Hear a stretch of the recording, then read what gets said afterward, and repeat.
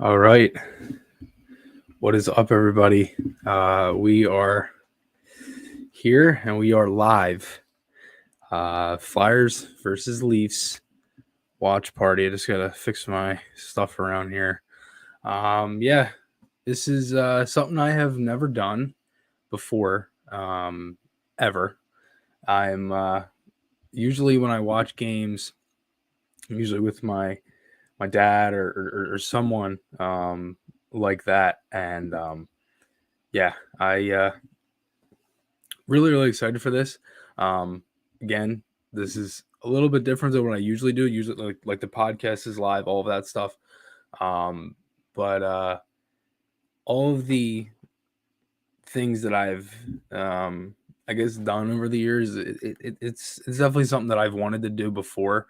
We got a good amount of people in here so far. Thanks everybody so much for tuning in. Going to be a lot of stuff today. For me specifically, today is 8 years that I am on YouTube. I started this channel 2014, December 22nd.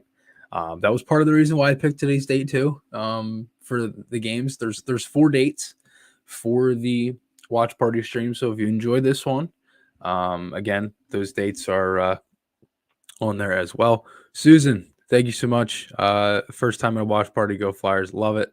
Mr. Twister, I knew you'd be joining, brother. Finally, I don't have to watch a game by myself. Haha. Yeah, it's funny because Mr. Twister's been kind of bugging me for a bit to do a stream like this. Let me move this out of the way just so that everybody can comment when they come in and stuff. So everybody can kind of see what everybody's saying. Let me fix that actually 1 second. There we go. It's perfect. Yeah, so Flyers taking on the Leafs today. A couple things. I want to get into some pregame stuff. I would see it's a little bit different with this as well. And before I guess I get into that, I'll explain some things. For at least right now. I would play the game and I would play the audio of it, but unfortunately there's copyright. And the copyright's probably going to take down the stream if I were to do that. There's actually a funny story that I kind of had with that. And it was actually at the alumni game last year. And a whole thing happened. I ended up having to get it taken down, but that let's just say I don't want to do that again. So I would play the stream. I would play the actual game, but I can't. I do have a functioning scoreboard though, and as the game goes on and as the period changes, I don't have a running clock, but I do have period and score as well. So I've tried. I actually tried a bunch of different things to kind of get it put into this, and I guess some things didn't really work out with this. I tried to get like a functioning type of scoreboard function like added to the stream. That ended up not really working. So it's kind of unfortunate. But again, Flyers taking on the Leafs today. It is the next gen kids game type things, and I'm assuming this game is at 2:00, because the Flyers take on the Hurricanes tomorrow night at 7, and since they play at 7:00, I would assume that this game being at 2 means like obviously they have to go right away to Carolina. I think that's like a 2-hour flight around that, so it makes sense, right? I mean, unfortunately, it's tough because people work in and stuff like that, around the holiday and everything. But yeah, I think a lot of it too is just they're trying to fix all these different games, and there was a game that was postponed for the Flyers that got moved up from March all the way to January now. And now they have another back-to-back, so they have 17. That game there was a game March 4th. Let me pull up my email here so I can read it just so that people know. But let me see here. Let me see. See if I can find it. I think it's on here somewhere. Let me see. Can't find it. Anyway, I'll figure it out later. Pat Shea, hey, what's up, brother? Pat, always enjoy talking to you. Jason, what's up, buddy? Thanks for tuning in. Jason, Bialy, I believe that's how I spell your last name. I apologize. Go Flyers, tuning in from Regina, Saskatchewan, Canada. 10 card for Bedard. That's awesome. Thanks everybody so much for that. I think most people were joining in from Philly, so that's pretty cool, Jason. Thank you. Mr. Twister, the hockey guy got a copyright claim because the game could accidentally be seen a bit on a mirror behind him. YouTube don't play. Huh. Well, that's kind of unfortunate for the hockey guy. I really enjoy him, actually. I watch him a lot. He keeps me really updated. Here's that email, by the way. So the game this weekend for December 23rd between Tampa Bay and the Buffalo Sabres at KeyBank Center was postponed and was rescheduled to Saturday, March 4th at 12:30. So the game December 23rd for Tampa and Buffalo gets rescheduled. And what that did was move back the Flyers and Sabres game, which is NHL game 990, originally scheduled for March 4th, is now rescheduled to Monday, January 9th at 7 at KeyBank Center. So the Flyers now have another back-to-back. Zach, what's up, brother? Thanks for tuning in. That's my cousin Zach. He's a beauty. Thank you, Zach. We got 16 people in here. This is awesome. Thanks everybody for tuning in. Yeah, you know, it's tough. I mean, yeah, Pat, I can't really give you an answer, but I think you know my answer. Anyway, let me see here. So I'm running this off of the stream, and here we go. Yeah, we got the game now. Again, I would show it. I would put all of that stuff. Susan Lowe is in Texas. That is awesome. Awesome. I love it. It's great. It's just great. I love being able to connect with people all around the world watching the Flyers. It's awesome. Pat Shea says Wells Fargo Center is absolutely awful experience at this point. It's tough. Chris Briz says hello from Manitoba, Canada. This is awesome, man. We're getting so many people. We got 17 people in here. This is great. Hopefully it kind of keeps up as the game goes on. Jason, all good, dude. Do you know why the game is at 2? Sorry if you already answered, didn't hear. Well, I'm thinking because the kids' game is usually an afternoon game for the Leafs, and most of the time, I think. See, I would guess that since the Flyers are playing in Carolina tomorrow at 7, that it's probably going to be. Again, they're going to have to fly right after this game. So this game probably ends around 4:35. They're going to have to, go out and kind of get all that done and travel. And that's like a couple hour flight. I would assume probably 2 hours, maybe hour 45. And obviously you got to sleep and all that stuff too. So it's probably why part of it was the Flyers being in this game and being at 2:00. Chris, thoughts on the atmosphere at the Wells Fargo Center this season? In most of the games that I've been at, let me move back here a little bit. Maybe that's kind of the camera's kind of cutting off my head a little bit. I apologize. Pull this back up. So I would assume that I think a lot of people are obviously, I guess, upset by the way that this has kind of gone. Obviously. And I think the one thing that I am trying to figure out, I guess, for the rest of the season is the positives. And I've been doing this for a couple of years now, because what else am I going to talk about? It's kind of unfortunate. And, when I look at the Wells Fargo Center and I see that, like, I know that there were tweets the other night, like the Rangers game, like there's a lot of Rangers. There's always Rangers fans at the game. I mean, last year's game, I believe it was January 15th, the Rangers came to Philly.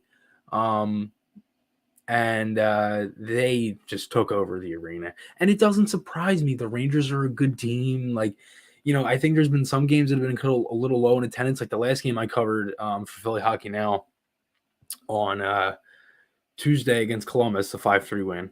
And in warm-ups, there was like nobody there, and I'm like, dude, this does not look good. And then as the time went by and warm-ups passed and everything, it was a pretty decent crowd. Some, obviously open spots because it's a Tuesday, it's the holiday time, all of that, and obviously the Flyers aren't a great team either. But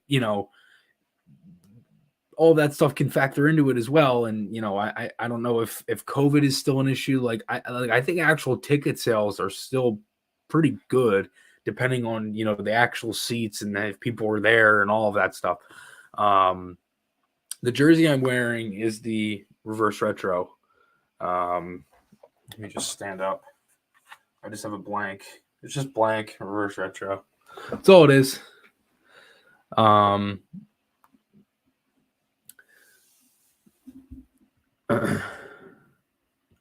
I'm not blaming COVID. That's not what I mean. What I'm saying is I don't know if COVID is part of it or if people just aren't going out or what, but the Flyers aren't good either. So that I just said that. So that doesn't help it. And when you're in a rebuild, even though they haven't admitted that, that's part of the problem. So I think for the season so far and what the team actually is and Tortorella and everything else, I think for a lot of it, not many people were too happy. And you still get I still know like a lot of season ticket holders that go, regardless of if the team is not playing well or playing well, whatever.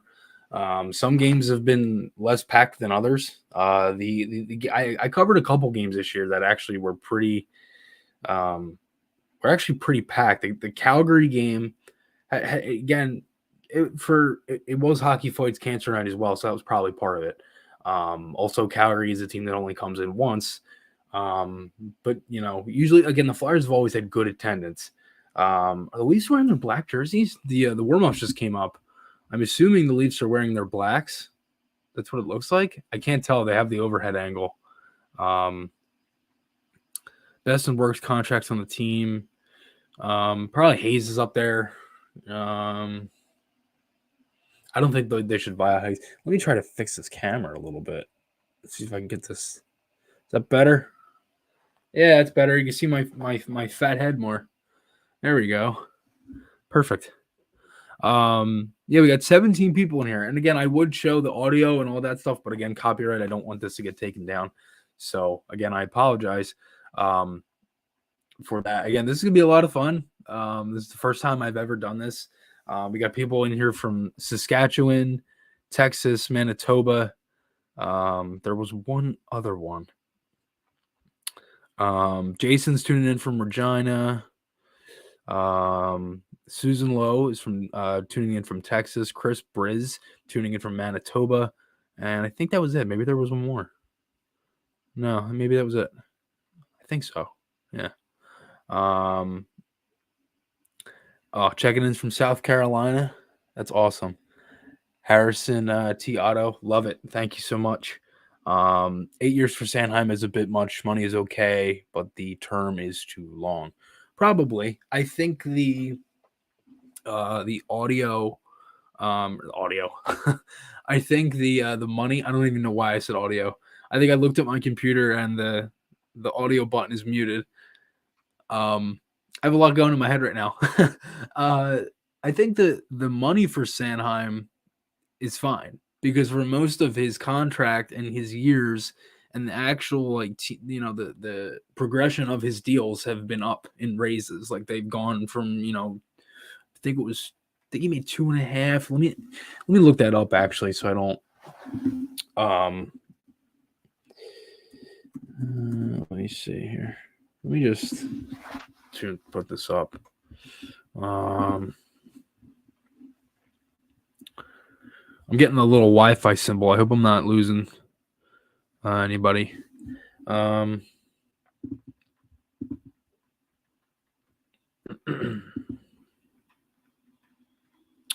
Yeah, so Sanheim is, obviously the 8 years, 6.2. kind of unfortunate because, you know, I think he's okay. Cool. Thank you, Mr. Twister. I appreciate that. Derek, the murder street. Derek, you cracking me up, man. It's funny. Cool. Thank you, Mr. Twister. I appreciate that. I just want to make sure because I'm getting the Wi-Fi symbol on my end, and I don't want anything because it is raining as well. It's really crappy weather today, so I hope that doesn't affect anything. Of course, when I have to go live for X amount of hours, there has to be, you know, Wi-Fi issues and rain and everything. Okay, it went away now, so I think we're good. But again, thank you. Yes, Derek, the murder stream is still up. We got four of these. I think you know we're probably gonna do some more. I also wanted to bring up that question as well from Jason, but let me get in the Sanheim question. Yeah, so Sanheim, right? He was making before this. Obviously, his ELC. Let me see here. You see, he had 2-year deal, 6.5 in total, and 3.25 was his cap hit. So he went up like 3 million basically. You know, or after that 2-year deal, he actually went up like 1,000,000, like 400. So he went up 1.4. So he went up to 4.6 2 years later, going into 21-22, and then this season, and then signed the extension for 6.2. So the money went up, but the 8-year deal is probably like, okay, let's just max out a guy who wants to be here, right? That whole type of thing.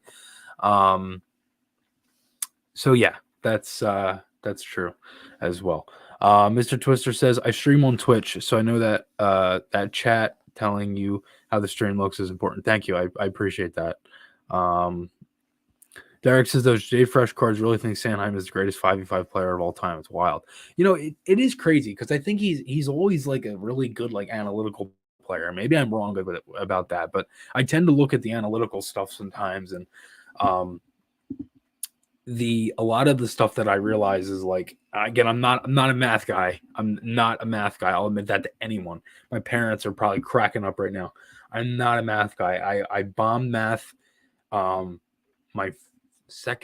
my freshman year, second semester, just like absolutely horrible. I had like the worst teacher possible, and just absolutely like flunked it. It was tough. Ryan, what's up, brother? Thank you for tuning in. Appreciate it. Always good talking to you. Always good seeing you on here. Backyardsman, what's up, Dad? Thanks for tuning in. We got 20 people in here right now.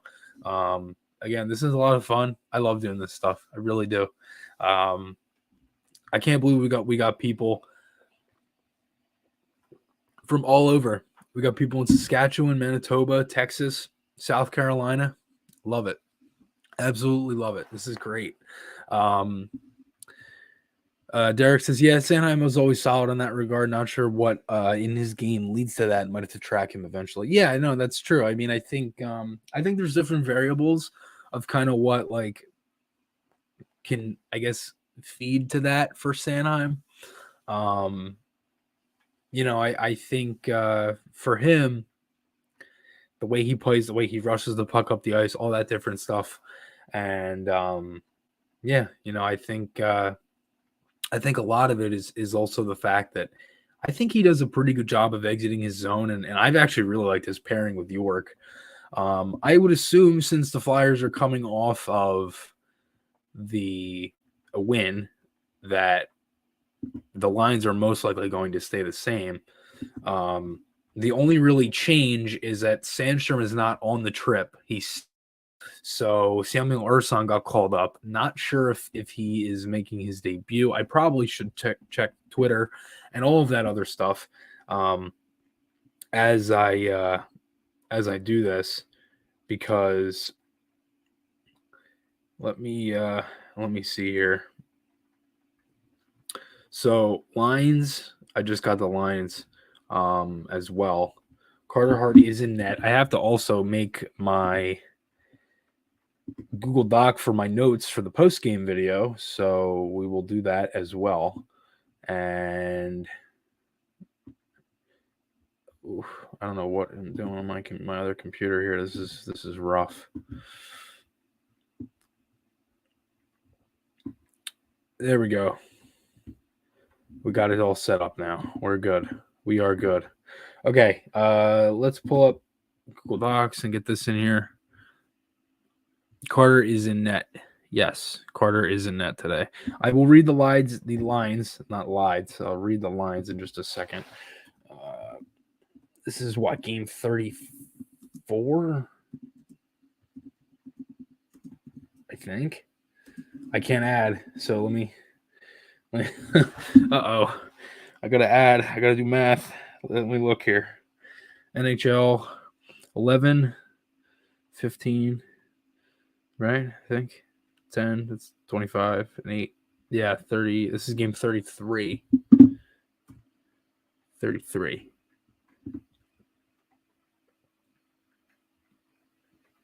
As soon that's funny. 34. Yes. Yeah, so lines for today. Let me pull these up as well. Get these and I'll chuck these and on stream.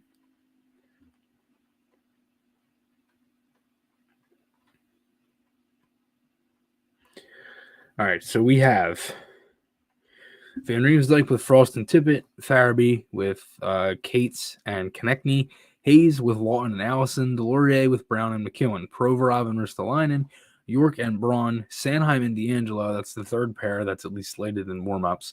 And Carter Hardy's in net. Samuel Ursan is the backup. The bets today is for Konechny, or for the Flyers, the odds are plus 500 to score a shorthanded goal. They scored 2 in their last 2, so that could be part of it. My dad, which Chris is watching today? Press box Chris or Chris that watches with me? Probably a mix of both, minus the cursing. The Kevin Hayes situation is crazy. Do you think he'll be traded this trade deadline or be bought out at the end of the season? I'm not sure, honestly. I mean, I really don't know what's going to happen. I would assume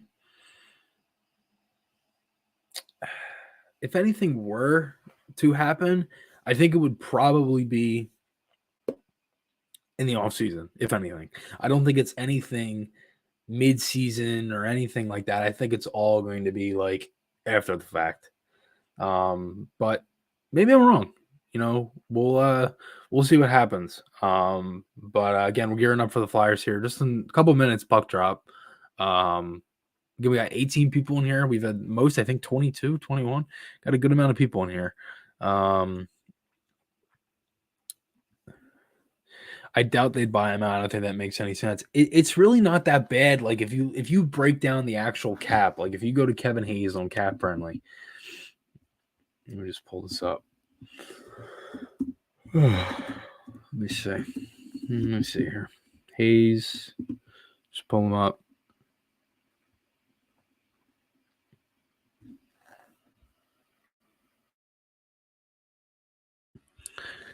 Let me see. Yeah, so he's the modified no trade, the remaining 4 years of his deal. And the actual buyout, let me see if I could figure that out. Maybe, is it on Cap Friendly? Here we go. Buyout current contract. So buyout for Hayes. Post buyout, let me see. Cap hit. Here it is. So it'll be 2.2 for next season, 4.7, 4.7, and then 1.6 for the remaining 3 years. So really the only bad years, if they were to buy him out, which I don't think they're going to, but the remaining, the only 2 years that would be tough on the cap would be 24-25 and 25-26 at $4.7 million. It's actually $4,753,968. So pretty close to $4.8 million for Hayes. If they were to buy him out, I don't think they will. Sorry.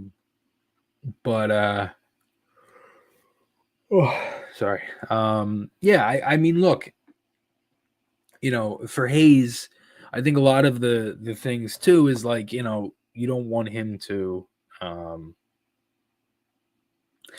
I think I don't really think he's a guy that you want to lose. Like I know, I've been very critical of him, but I think he's an important piece to the team. Now, if he doesn't get along with Torts and there's that whole thing, then it is what it is, right? I think there's probably another Kevin Hayes who we could find, but I don't also want to just lose a guy to lose a guy if it's like, he genuinely likes to be here, all that stuff, but that doesn't seem like it's the case right now with the whole Torts situation. Maybe I'm wrong. But that's just kind of how I see it. I hope it doesn't happen because it's just going to put us in more cap hell than we already are. But we'll see what happens. Backyardsman says, I don't think Hayes or JVR will be here come trade deadline. JVR, I honestly think could get moved beforehand. Mr. Twister says you could probably trade him and retain 50% better than getting nothing, I think. Probably. That's probably true. Throw a stone and find Kevin Hayes. He's not a core player to any hockey club, at least as far as I see it. Well, I mean, I don't really agree with that. I think he can be a core player in the sense of, he has a lot of good things off ice. But I think part of the problem is too, if he's not meshing well with the coach, then that's not going to bode well. And Torts has already mentioned, and it's been known, basically the weeding out the players that don't want to be here, that want to be here, right? That whole kind of thing.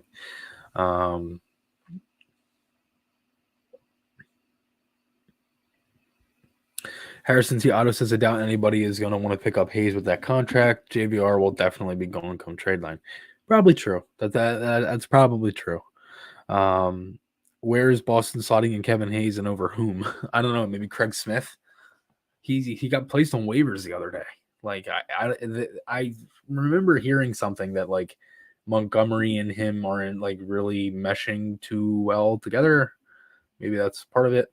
But again, I also wanted to get into some stuff off of the game and just mention a couple things here because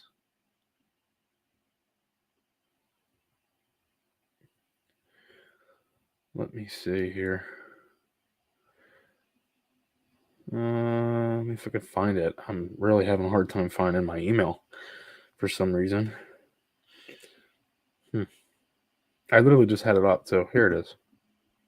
Okay. Let's figure this out. So the Leafs, as you can see on the scoreboard, the working scoreboard at the bottom, they are 27-6. They are 12-3 at home, and they are 8-5-3 on the road. This is their 34th game of the season. They've played 18 home games. The Flyers are 11-15-7. Leafs have 46 points. I should have mentioned that. Flyers have 29.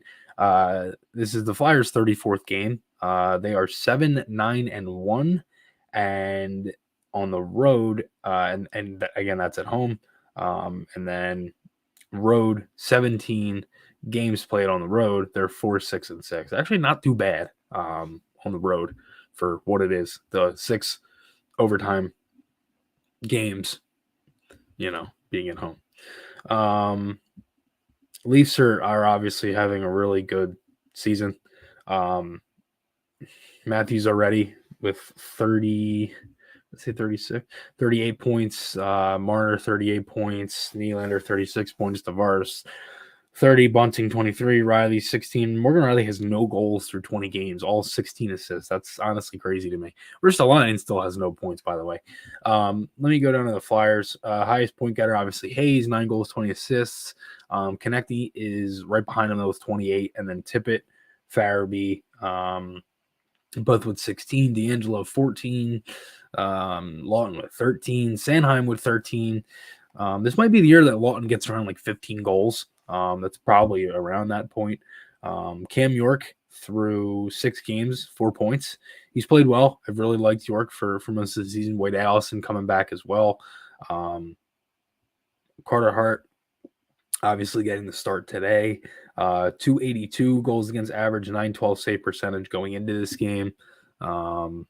Just some statistical stuff for the both of these teams.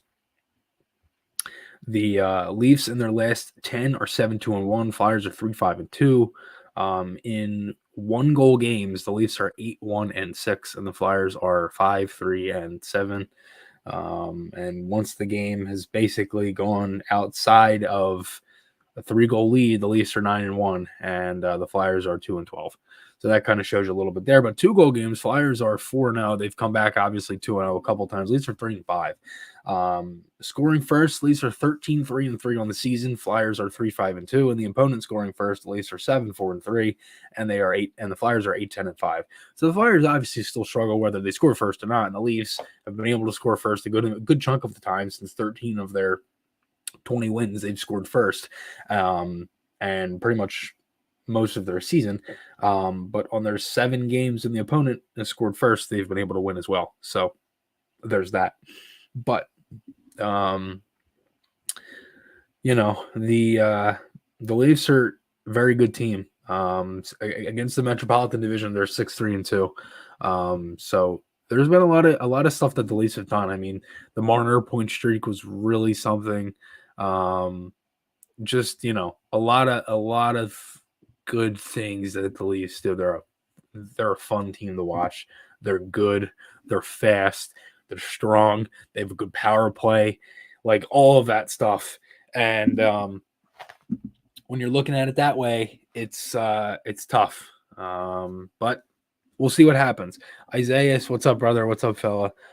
Sorry I'm late. I'm at work. No problem, dude.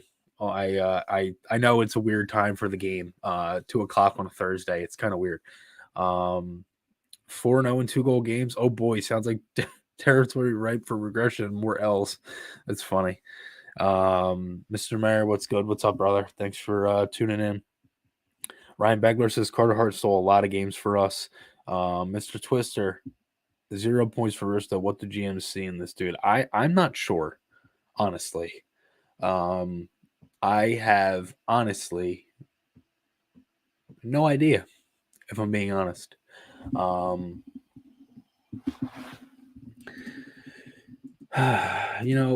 think part of the I think part of what they wanted was the physical aspect, but I've really noticed that he doesn't really bring that much of a physical aspect. Like, he does, but it's not like what you're thinking. Like, he can't take a guy out of the game because of a hit. You know what I mean? Like, stuff like that. Oh, sorry, I had a yawn coming on. I must have been fighting that back for like 5 minutes, so I apologize if that happens. I'm not bored of the stream or anything. That's just the game. That might be a different story, but can't really say intangible. He's kind of exactly like I feel like he's not even that physical. Like, I think a lot of his hits are like all glass type of thing. He doesn't fight. He's supposed to provide offense. I mean, even with Buffalo, he was a 40-point player, and Buffalo was like horrible. So, he's got literally no points on the season. It's concerning. I mean, when you're looking at it, and I'm looking at Risto right now, he's 26 games played, 0 goals, 0 assists, 0 points, -6 and 18 penalty minutes. Now, I think he has played well since he's been put together with Provorov, but I will say there's definitely more there. And I think that's part of the issue too with the Flyers roster is there's more that I could say there's more there for like most of the team. Hayes, Risto, I think Cates offensively. I think there could be more there offensively. Defensively, he's been fantastic. And a lot of guys, again, the problem, a lot of guys are out of position. They're too high in the lineup or, whatever. And that's been the problem for most of the season. But, we're going ahead. I will say the functioning scoreboard is a little different for me to kind of use because I actually did it on Google Drawing. And I tried the whole functioning scoreboard. So like when I type the score, like the text box is going to come up. So like say, for example, we just put 1, you know what I mean? And then I'll click off of it and then that goes away. So that is the one thing that I am again, I'm new to this stuff. I've tried a lot of different things. I really wanted to make this something cool and exciting for everybody to kind of deal with. So, not deal with, but just be a part of, and watch a game, stuff like that. So, yeah, that's just kind of my little spiel because I'm, yeah. Again, Derek, if you really want to make pro rounders to a pair, it should probably be second pair, to be honest. I still think Provorov's a first pair D, man. Like, I don't think like again, and that's part of the problem. And this is exactly where I was going with this. Part of the problem is everybody that the the team in just the last handful of years has kind of put like Provorov in any spot. Like, he's played with like everybody. Played with Risto, played with Sanheim, played with York. He played with Sealer for a game, played with Braun. He's played with a bunch of guys.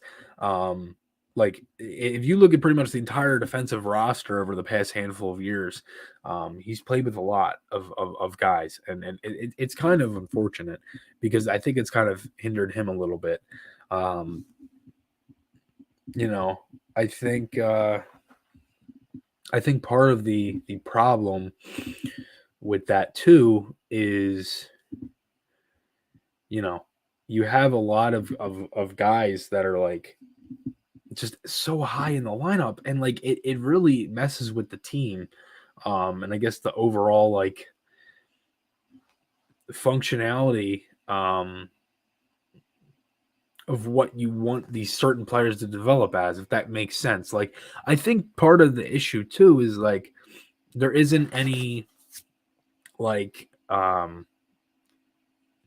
think what I'm trying to say is there's too many guys too high in the lineup. And when that happens, you can't really develop guys properly because they get overmatched a lot. And then when the team still loses, when you're trying to develop players, it's very hard to do that. So that's the issue as well. Mr. Twister, I wonder if there's a scoreboard browser source for an overlay. Dude, oh, excuse me. I must have tried. I think I sat here one night. I think it was last Friday night. I think I must have sat on my computer for maybe 6 hours trying to figure out. There's a video that I watched on YouTube that was like an hour long. So I watched the whole thing. I did the whole process of it. I had the scoreboard made. I did it in like Photoshop, and like I put it over, and it was like a whole overlay thing. And I'm running this is running through OBS. And then when it runs through OBS, it just goes to StreamYard because I synced up the camera and the microphone right here, right? All that stuff. So that is just there. And once that happened, I was just like, okay, there we go. Like, this works now. And then I watched some video. This kid did something on Google Drawing, and he was like, yeah, if you do this and you resize out the board and everything, you can just edit it right in the stream. And I was like, dude, that's a perfect idea. That's great. I was like, I love that. It's so creative. So I just did it, and it works. So yes, the struggles of streaming are real. Yes, that is very true.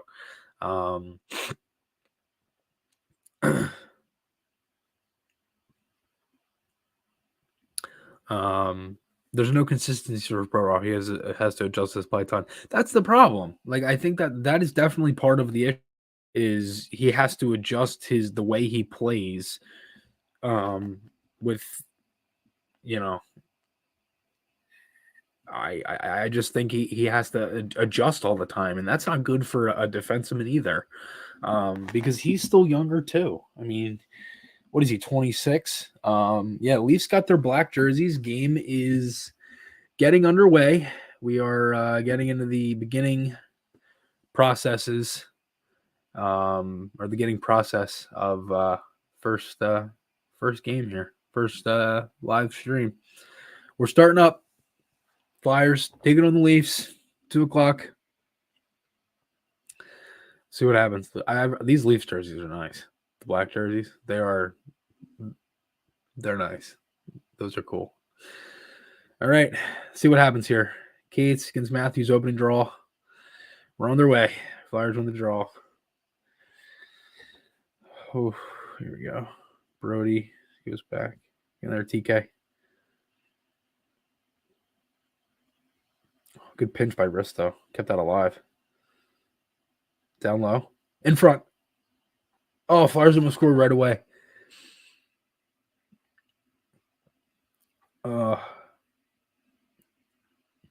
Damn, man, that was close. Like, almost scored like right away. Good play in front. Bunting just got a shot off for Hart, but that was it. Wow. Damn, it was a good feed by TK.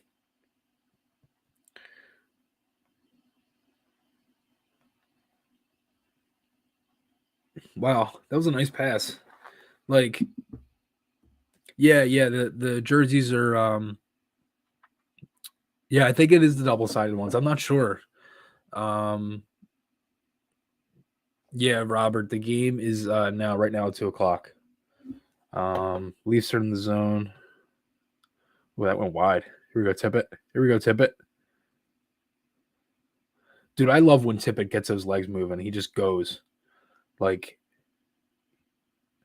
here we go.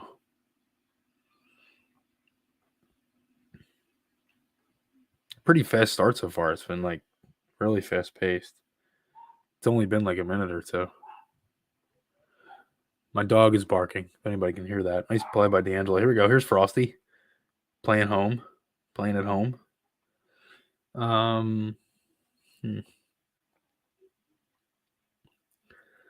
Here we go. Flyers getting pucks deep. That's what you want to see. It's a hockey cliche, baby. There we go. Good keep in by York. Didn't turn into anything, but nice play. Read it off the wall beautifully. Turnover by Hart. Oh, good play by Allison. Get back.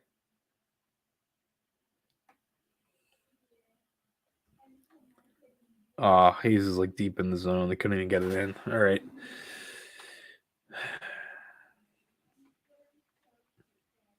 This is the way that this is going so far. It seems very, very fast paced. There's been like one whistle, and it's been like back and forth, and both teams have had possession and that whole type of thing.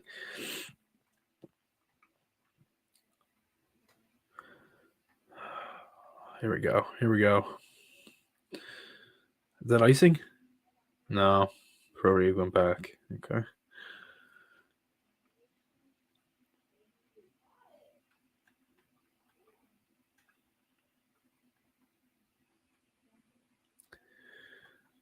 It's so weird. Like, I never expect to watch the Leafs in black. Like, they're always blue and white. You know, I think it's pretty cool that they have that. They have a lot of jerseys. I feel like they have their reverse retro.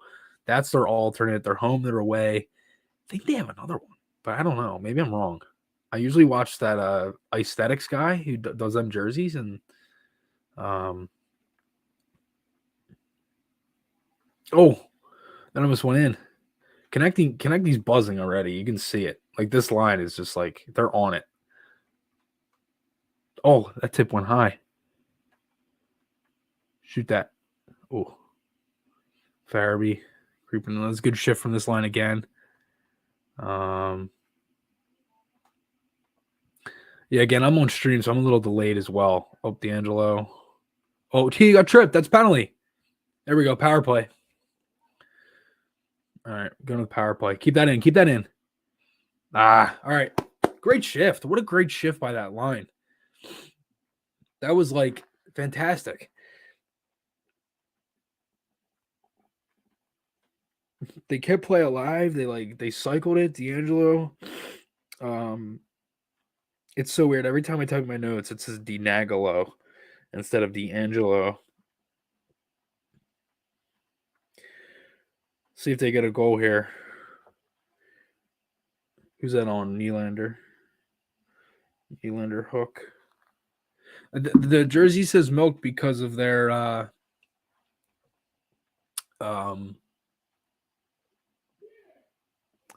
jersey says milk because what's it called? They're like, oh, breakaway. Nice save, Hart. Oh my God, breakaway right off the draw. What are we doing here? Jesus. All right, start it up. Start it up.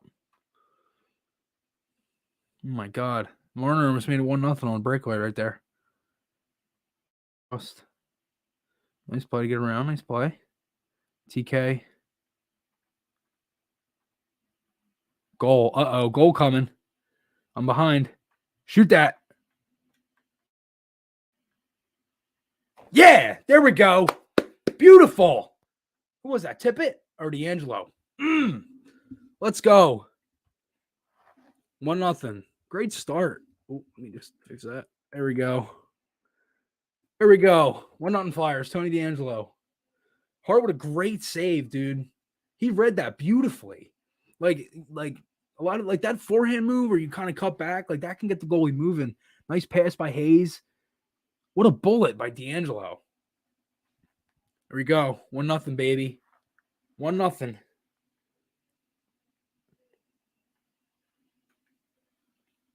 Good start. Good start. Good start. That's what we like to see.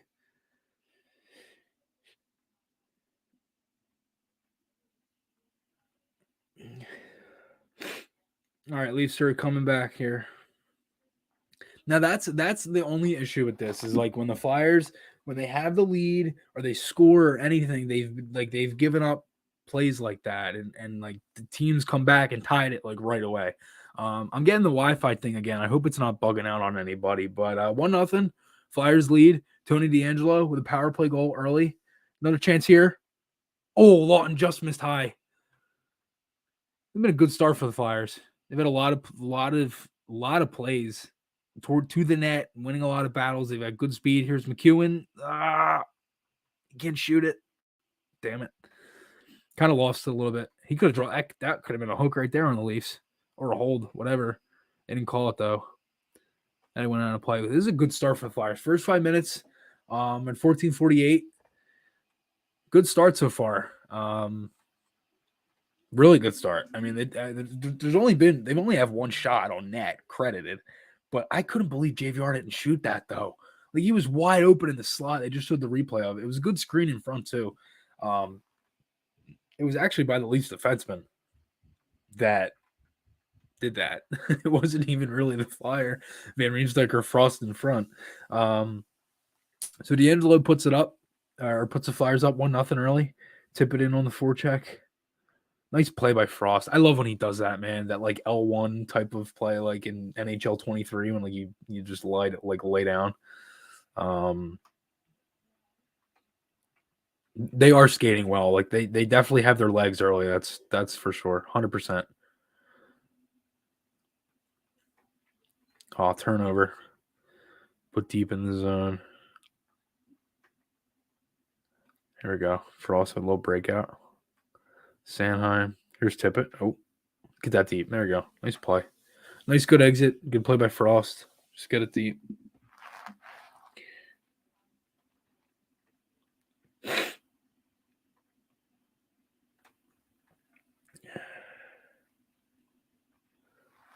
Should have touched on my notes. Here we go. 3-on-2 rush. TK missed a pass for Casey. Damn it. Yeah, it's been an entertaining game so far. I mean, you're up 1-0, and you've really limited the Leafs, and them. Like you had a feeling they'd come out a little hot.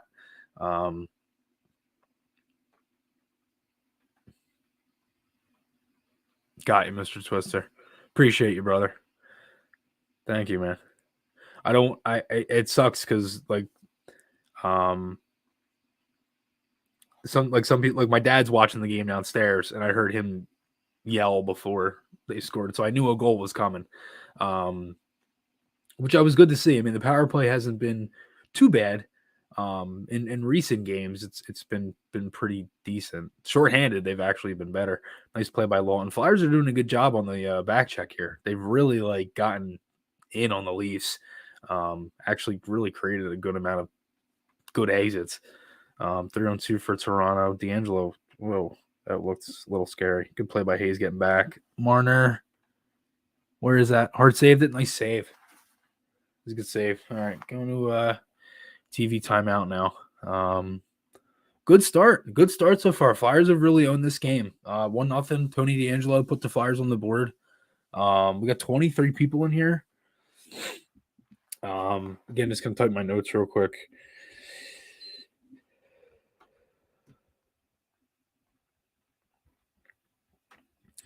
Um, yeah, this has been a good start. I think there's been some nice plays. York get a couple nice strips.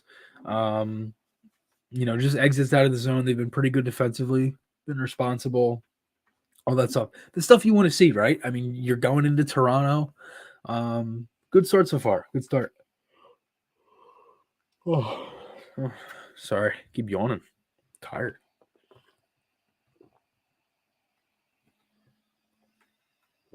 No, Mr. Twister, I hear you, dude. Like, I had such mixed feelings as well. Like, I don't want them to purposely lose, but like, you know, obviously everybody knows what's at stake towards the end of the season.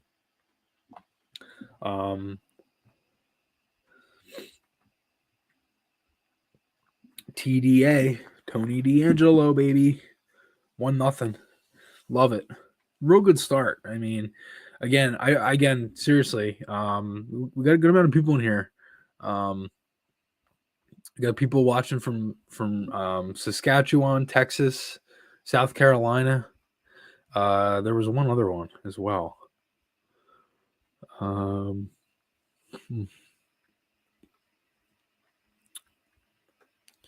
Yeah, Saskatchewan, Texas, South Carolina, and Manitoba. Love it. Love it, love it, love it. Yeah, this has been fun. This has been really fun so far. Flyers are up, playing well. Let's see what happens. Still got a good amount of the game, obviously, period, and then the other two, but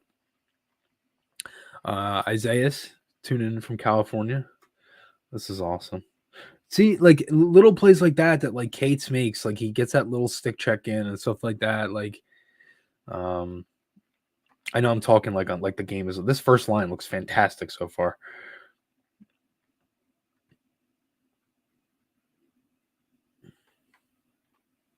They're playing hard, man. They really are, and I don't mean to say it because like every other like national media outlet does, but like they are, like genuinely. Um,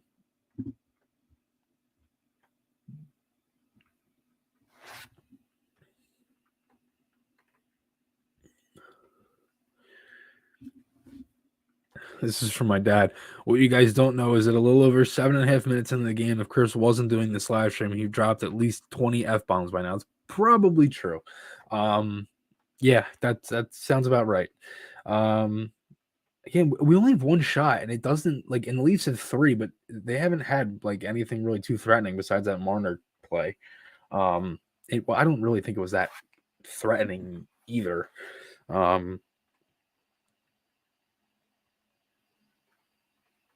2-on-1.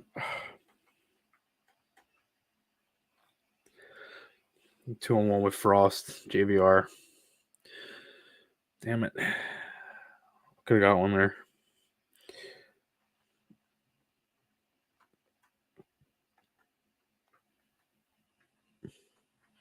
They've been real good in the neutral zone so far. Like, they've really just been breaking up the plays. Here we go. Here's Hayes. Hayes cutting through. He's got no. Oh, he got swarmed upon. Behind the net. Allison getting in there. Lawton gets it. Back. Braun. Just fire it. Get it on that. Oh, it got blocked.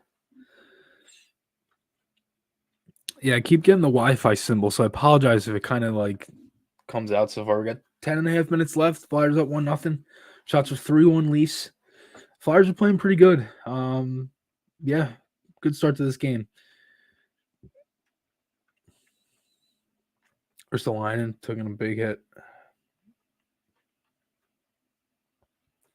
Getting Brown in there. Patrick Brown. Getting in there, downloading McEwen. McEwen just took a stick up high. I don't know if that was called. No, Leafs touched the puck, so that was not called. They might have missed it. There was a ref in front of it. They waved off icing going back the other way, so. Okay. Thanks, Mr. Twister. I appreciate it. I just want to make sure I got so much running at the same time. I got like 4 things plugged into my computer. Like sometimes it can get a little overwhelming with that stuff. It's also raining. Um,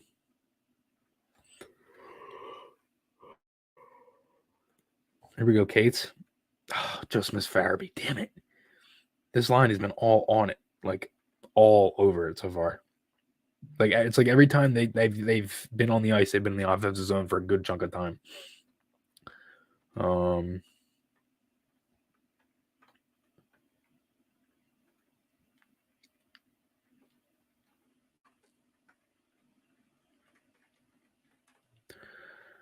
Oh, get there. Oh, oh, damn it. It was Justin Farabee skates. Got a like partial breakaway from like a blue line in. Here we go, Frost. Oh, that almost went in.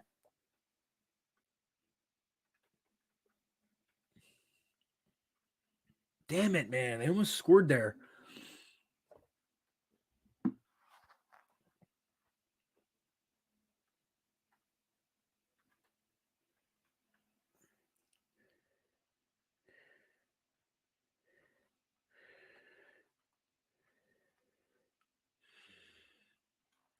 Damn. That was close, dude. They almost scored there again. Another good shift by that line. Like Frost kind of got into it as too. It was kind of like a mixed change. Like Cates came off, but damn, I was close. I was close. Yeah, it's been a good start so far. I mean, for what the expectation was going into this game and how good the Leafs have played recently, yeah, I think we expected probably 1-0 Leafs by this point.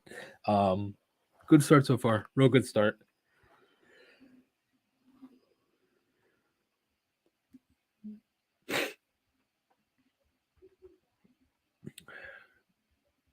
Tweeting this out now.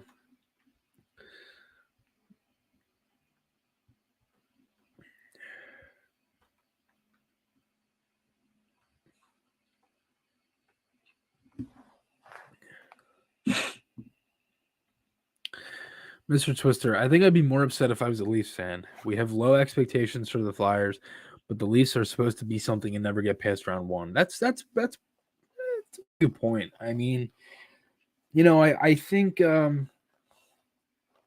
part of it is understanding the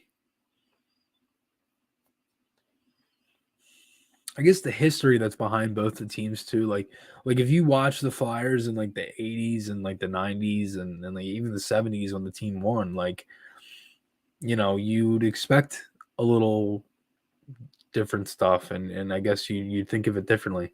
But with us now, and for me at least, I know I've watched since the last lockout, um, you know, it's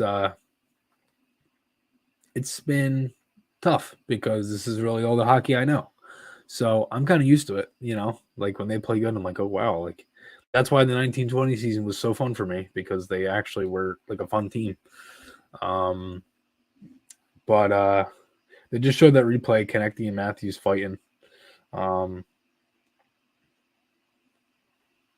Another good exit by York. Couldn't get it out though. Back from the TV timeout. Here we go, Allison. 2-on-1. 2-on-1. Ah, he kind of faded out to the wall. Damn it. He couldn't get, he didn't have enough speed to like get through. That sucks. Here we go. Braun. There's only been 5 shots through this game so far. 4 for the Leafs, 1 for the Flyers. Flyers up 1-0. That's Emma. Thank you, Emmy. I appreciate it. It's my girlfriend. Here we go. Leafs the other way. Camp. Uh-oh. Ooh, where'd that go? Oh, that almost just went in.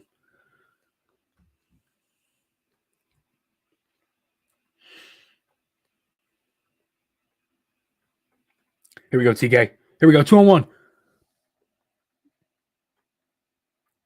Ah. That kid blocked. Go out of play. I don't even know where the puck is.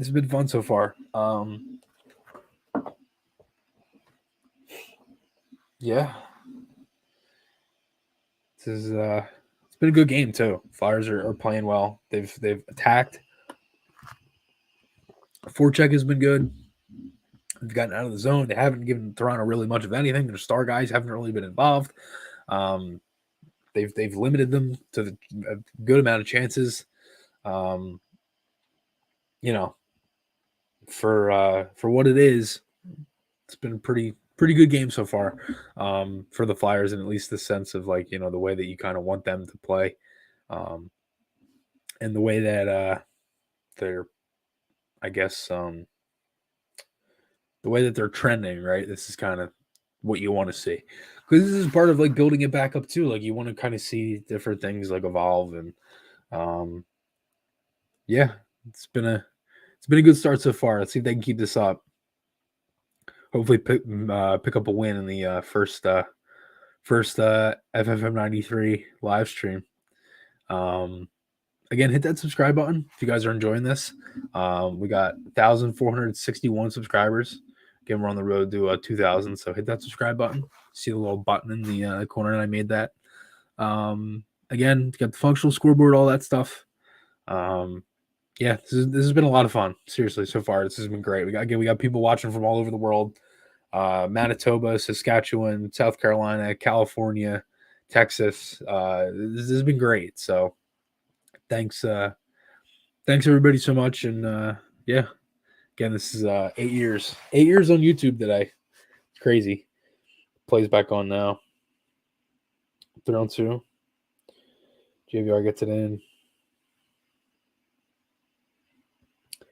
They won a lot of plays on the wall. Flyers. They've like generated the majority of their offense by just retrieving pucks off the wall. They're like really aggressive on the forecheck too. Like really aggressive. Some games are laid back. Some games, I know the system is the same, but 3 minutes left in this period. Got to finish this period strong. Can't go into can't have a couple bad minutes here and then, because it erases everything you did, and that's been part of the issue too. Here's Farabee, TK, chip it in, go get it. That's smart. They've won a lot of plays like that. Couldn't get that though. They have a good forward support too. There's been a lot of plays that have just been exits out of the zone just by good forward support. Nice play by Braun there on the wall.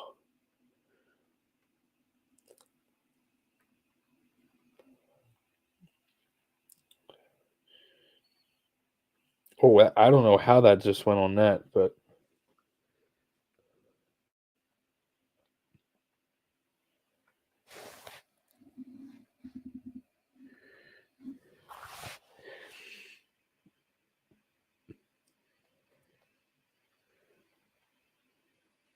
Fulton gets it out. There we go. Oh, get that in. Matthews get that in. I don't know how. His feet looked like they were outside of the zone, but he caught it. It doesn't matter anyway. They didn't score. Leafs are starting to rev it up a little bit here. Here's Matthews. 3-on-2. Nylander, other way. Good rush defend. Good play by D'Angelo. Here we go. 2-on-1. Oh, offside. Damn. D'Angelo's having a great game so far. Like, really good game.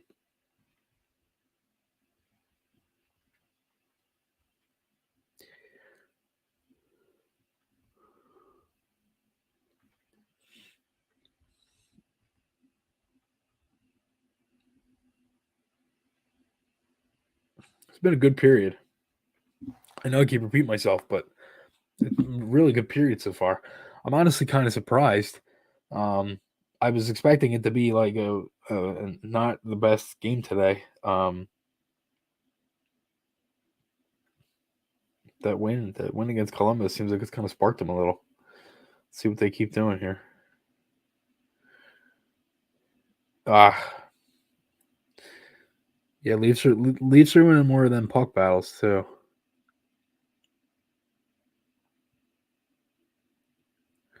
Behind the net. Come on, get that out.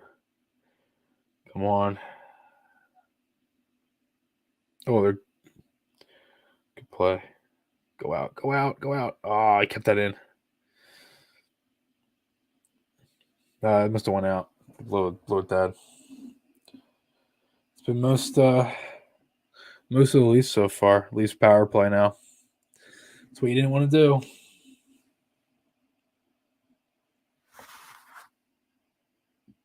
Holding on Delorier. Leafs to power play.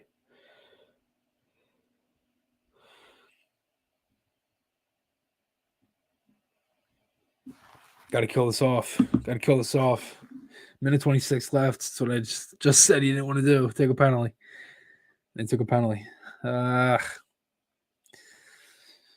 right. Matthews, Tavares, Bunting, Marner, Nylander going with 5 forwards on their power play. It's worked well. Keep that in. Marner, shot goes wide. Bunting on the other way. Nylander. Got Matthews on the left. So they got not the one-timer threat, but good save. Get that out. Got to get out. Come on.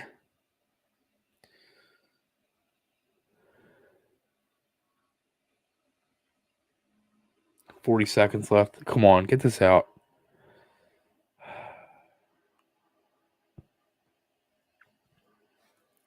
Come on. They keep cycling and they're winning those battles.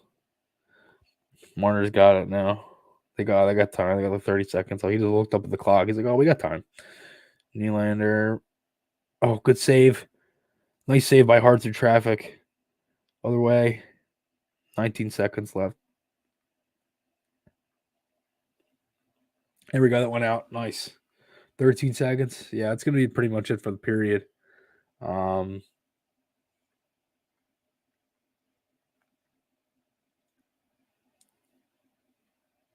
Yeah, that's it.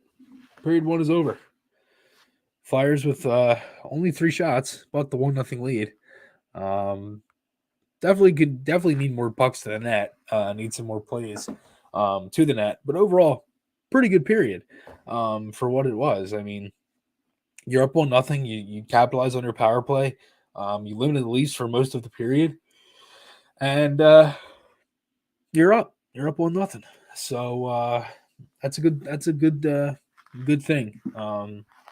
It was a pretty not like the best penalty kill. I mean, obviously the Leafs are going to have a lot of chances.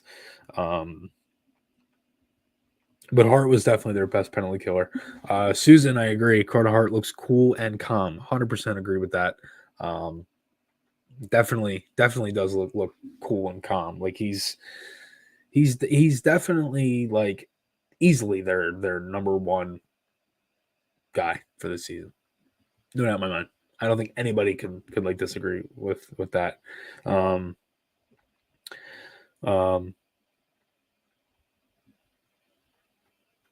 Just typing my notes here, finishing out the notes for the first.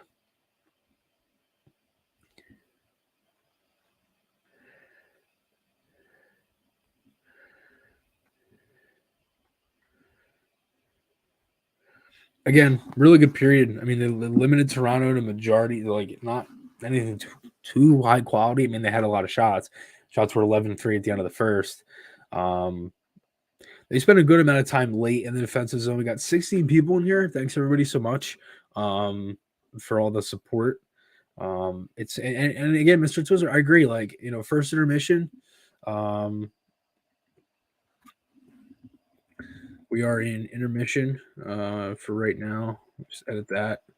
1-0 Flyers at the end of the first. Good period. Good period overall. I mean, you again limited Leafs high guys to not really anything too crazy. They had probably like one good quality scoring chance. For the penalty kill, you didn't give them really much anything too crazy. They went with 5 guys on that unit. At least went with 5 forwards. You're able to kill majority of that. Hart made some pretty good saves. Flyers only have 3 shots. Obviously, you want to get more pucks in net, but they capitalized on the early power play. They had a good start. That Farabee Cates connecting line has been really good. That's been like all over it in the offensive zone. Connecting looks pretty good. Towards, call them like that, like kind of buzz of energy type of thing, like ball of energy kind of thing. I think for most of it, pretty good period overall. I mean, look, what I was expecting was probably like a 1-0, 2-0 Leafs lead. But 1-0 so far after the first 20 minutes of play. Aiden O'Brien says I got my Tony D reverse retro on. Nice, dude. That's awesome. Who's on my reverse retro? Mine's blank. I don't have anybody on it. I just wanted to get the blank one. Because the Adidas kind of numbers, I don't like the feeling of them on my back, honestly. They're kind of like real big and like they just feel weird. Even the logo is like real, like I can kind of knock on it type of thing. It's kind of crazy how it like looks. So yeah, I don't have anybody on it. Mine's just blank. We got 11 people in here. Thanks everybody for sticking with me watching the game today. Flyers again got a 1-0 lead at intermission over the Toronto Maple Leafs. And Mr. Twister, I got my black Carter Hart jersey on, first Flyers goalie I ever got a jersey for. I have a Hart, the original reverse retro, the orange one. That was like the only one that I've gotten that's actually a goalie as well. I have Voracek. I have a couple of Voraceks. The one that's hung up behind me is his Czech jersey from the World Championships, and he signed that for me, personalized it at the game last year. Yeah, Jake, I've been able to have a little like relationship with Jake, and he's been really nice to me, like really cool stuff. So I have that. He signed that. I have one of them. I have another one hung up on my wall that's just like a home, like youth. It's like a youth kids jersey from when I was a kid. That's a Voracek one. It's just the orange home one. It's so old. It's got like the peel on like Walmart like logo kind of thing. But that's it. And those are the only ones I've signed. The other one, it's a Voracek, the Winter Classic, 2012 Winter Classic, which is also like the alternate jersey, but just without the Winter Classic patch. That too. Yeah. I have a couple other jerseys too. I'm trying to remember. I have a Phantoms purple jersey. I don't know if it was Philadelphia. I think it probably was Philadelphia Phantoms. But it's just the like standard purple, and it's just blank. I have that. I have a Drew 2012 All-Star. I have this. I have my mother's Ilka Sinisalo jersey from the 80s that my mom gave to me as the first jersey that I ever wore my first hockey game, which was the AHL Winter Classic. That was in 2012, Citizens Bank Park. Ryan Begler says I only have one jersey. Yeah, dude, I hear you. I mean, I know some people are like crazy with jerseys. Some people only have a couple. I don't have too many. I have more like memorabilia and all that other stuff. Like, I'm a huge hat guy. Like, I have a crazy amount of hats. Like for the Flyers, like unbelievably amount. Aiden O'Brien says also an Elise Matthews jersey. Yeah, that's pretty cool.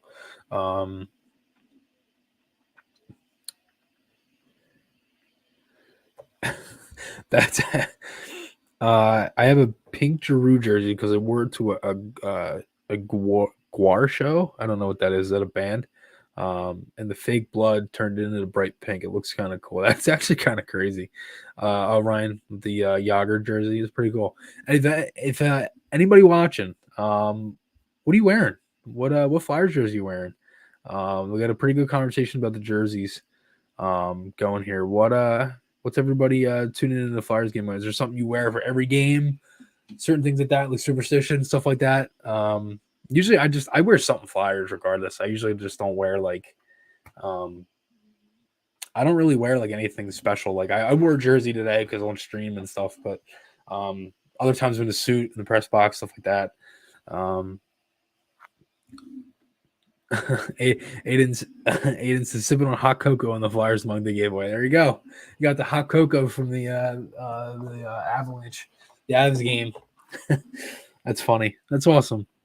Glad everybody is you know enjoying at least trying to enjoy the Flyers this year for what it is. Ryan says my brother had a Tony Amani jersey. That's awesome.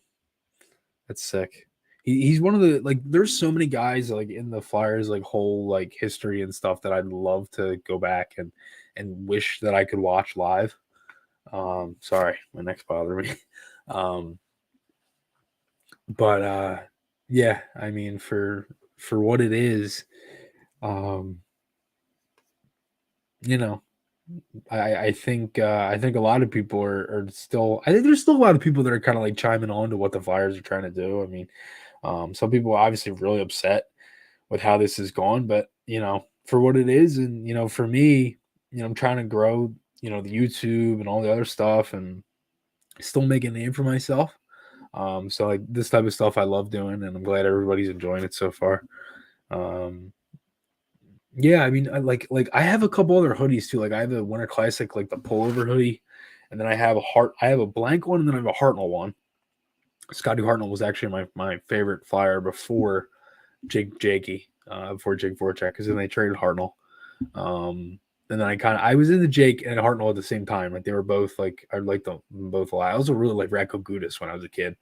Um, uh, Isaiah's got a Richard sweater and a Winter Classic G. That's awesome.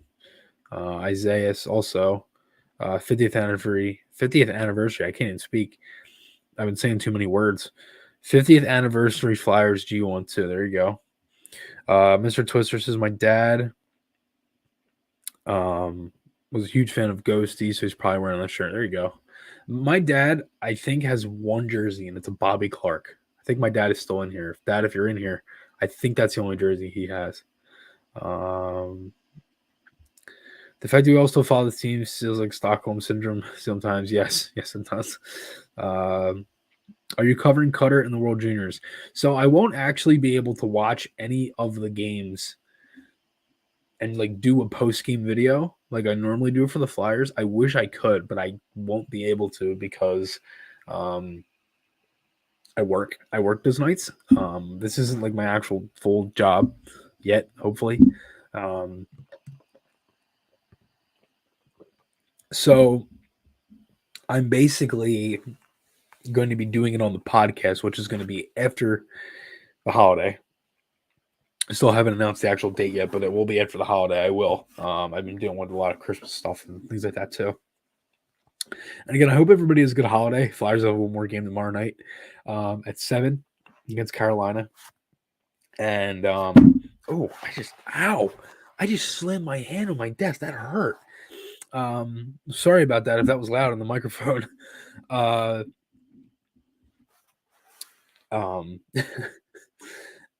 Yeah. So Cutter, I will be trying for sure. I'll be tweeting and I'll be doing a bunch of other stuff, but not like I like cover the Flyers kind of like that. USA like in like the semis or like playoffs and stuff. Maybe I'll do like a live watch party stream or something like that for that. Maybe or maybe I'll be able to cover like some of the playoffs and things like that. But unfortunately, I won't be able to do it like every game like I normally do for the World Juniors. Like last year was kind of tough because like it was in the summer and I was getting ready for school and I just didn't have the time to like sit down and like do it how I wanted. Ryan says I went to Ghost NHL debut game against the Red Wings. I actually was at the game. Ghost scored his first NHL goal against Los Angeles against the Kings, and again still first intermission. I'm like really.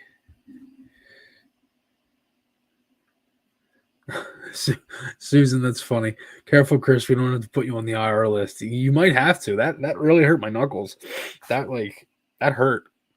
Um, but yeah, no. I mean, I think I think I remember like Ghost, like I remember like dude, it was such a shame with him because they used to really like I wish they knew like how to use him and his game. Because if they did, he would have been like a great player to watch. Like in like every asset of the game, like just the and he wasn't great defensively, but he was really good on the power play. He really elevated their power play. There was a lot of good things that came out of it. Um, but yeah, it's been a good game so far. I mean, they keep showing the power play goal. Oh, excuse me. I didn't get too much sleep last night, so I apologize if I continuously yawn. Curse will go from day to day to needing season-ending surgery real quick. That's it. Done for the year. That's it. Cut me. Put me on IR. Put me on LTIR. Can't do it. I'm done. That's it. No, but this has been a blast. Thanks everybody so much so far. We got a lot of people in here for what it is, and you know, this has been it's been fun so far. But yeah, no Ghost, like, dude, I wish they could have used. I wish they could have put him in a better like. He could have been used in such a different way because I feel like when AV came, he didn't really know how to use them, and I said that a handful of times. Like AV don't really know how to use them, and then like he just that was it. Like there was no like trying to actually like make Ghost like this type of player or anything like that. But yeah, Flyers up 1-0 at intermission here.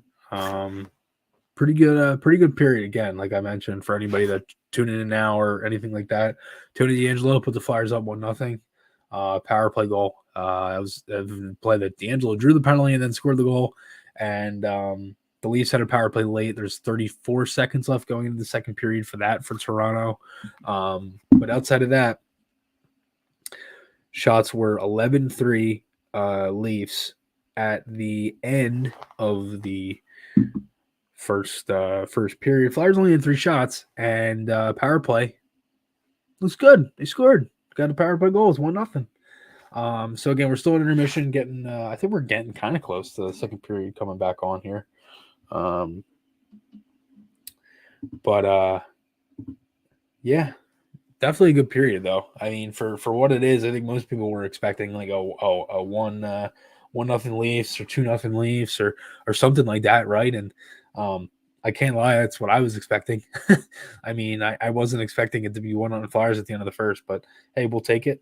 And yeah, it seems like everybody's enjoying the stream so far. Thanks everybody so much for that's in here. Tristan, Mr. Twister, Susan, Ryan, Aiden, Isaiah, so many other people. Philly Season, Emma, it's my girlfriend. Thank you.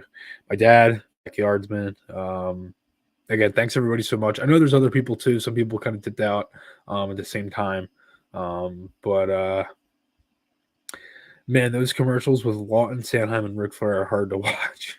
It's funny because Sanheim just looks at like the cue cards the whole time. Like he doesn't really like look at much else. It seems like we're getting back into play here. They're starting to show like the little recap of the first. But yeah, like Sanheim, he just looks at the cue cards the whole time. Like Lawton, at least, like I love the bake sale one. Like they're funny. They're actually really funny. I do enjoy like I do get a laugh out of them. I will say, as like kind of cringy that they are and stuff like that. Like, you know, it it is what it is, and you know, I think that's the other thing too. Like they're trying to promote like certain things and stuff like that is funny. I love the Pat Maroon one. I think I can't remember who it is. It's Maroon and O'Reilly. That's who it is. Yeah, those are funny. Those are really good. And again, just a good period. Again, Marner had that breakaway too, and that was easily the Leafs' best chance of the period. They had one play. It was like a point shot, like the tip that went wide. Not great to give up a shorthanded breakaway, but they were able to score on it though, thankfully. Um, just that's the frustrating part of the power play is like one thing can go right, but then they still like they scored, but they did give up a shorthanded breakaway before. That's the other thing. You don't want to do that all the time. So second period getting underway. We're getting ready for the second here. Let me just fix the scoreboard real quick. There we go. Move that over just a smidge.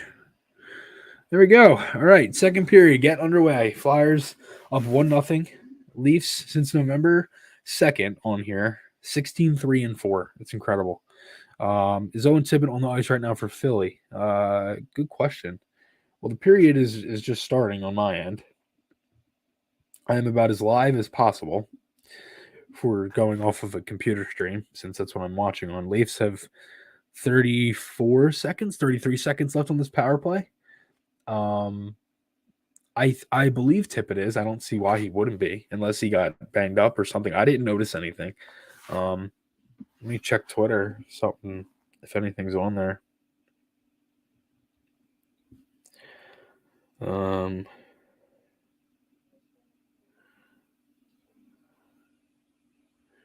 I don't see anything on Twitter, but games underway. Leafs on the power play. Flyers 3-5-2 when scoring first this season. That is the worst in the NHL, and Leafs are 7-4-3 when trailing, and that's fifth best. Just asking if I see him. I mean, he played in the first. I don't think there was any injury or anything. Flyers going the other way. All right, Flyers kill off the penalty. Going the other way now. Out of the box. Delorier. Oh, dude. Sealer had a breakaway the other day against the Devils, and now Delorier. Sanheim. Oh, dude. Delorier could have made it 2-0. Almost scored out of the box. Damn. Tippett is out there. Yes, Tippett's out there.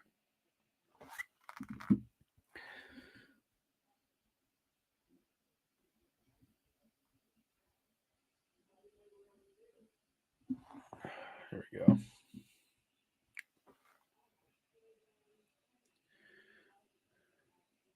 Sanheim moving it up. Tony D. Here we go. Again, 1-0 Flyers. About a minute 20 into this period. Start of the second. Still only have 3 shots. It's crazy. It doesn't feel that way, but only have only have 3 shots somehow. Here we go. Leafs going the other way. Oh, good save by Hart on Anderson. Damn, that just like came out of nowhere too. It was like a bouncing puck.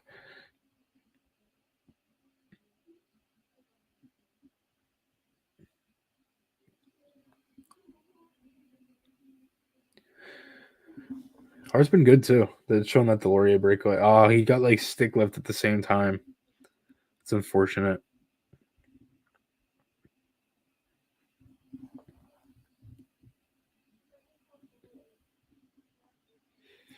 Tweeting this out. Here we go. Allison. Oh, we got trip penalty. Yes. No. No, I didn't call it. Damn. That's unfortunate. I thought that could have been a penalty there. Here we go. Starting to lose a little bit of people in here. We got 9 here so far. Here we go, York. It's just crazy. Like they only have 3 shots, but they aren't playing bad. Yeah, there was no calls either way. That was kind of crazy. I was expecting a call there. Allison got kind of tripped, and like Hayes looked like he kind of either hooked a Leaf or the Leaf hooked him, kind of thing. Could have called either way. It looked like, but Flyers killed off the remainder of that penalty, and back to 5-on-5 for now. Sean, Jim Jackson play-by-play. Oh, almost got a 2-on-1. I cannot do play-by-play. That is the one thing. I actually wanted to do play-by-play, and I couldn't. Damn. That Farabee line's had a couple of chances to try to start something. Here come the Leafs. Tavares, where your heart is loose. Uh-oh. Uh-oh. Oh, Hart's got it. All right, good. I was gonna say that would have been really bad for a minute if that just squirted out to the slot because the Hart would have been like 3 feet out of the crease. Yeah, no calls either way.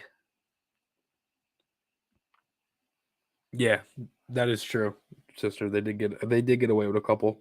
Oh, that like sat under Hart's like leg. He didn't even see that. It was a good thing a couple Flyers were there too. Shots are 15-3 Leafs.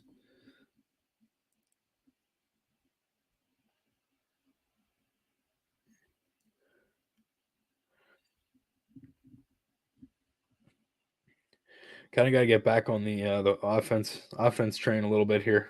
Kind of been lacking in that area. They've had looks, just not pucks to the net. Just as soon as you get the blue line, just get it on net. That's kind of how it starts sometimes.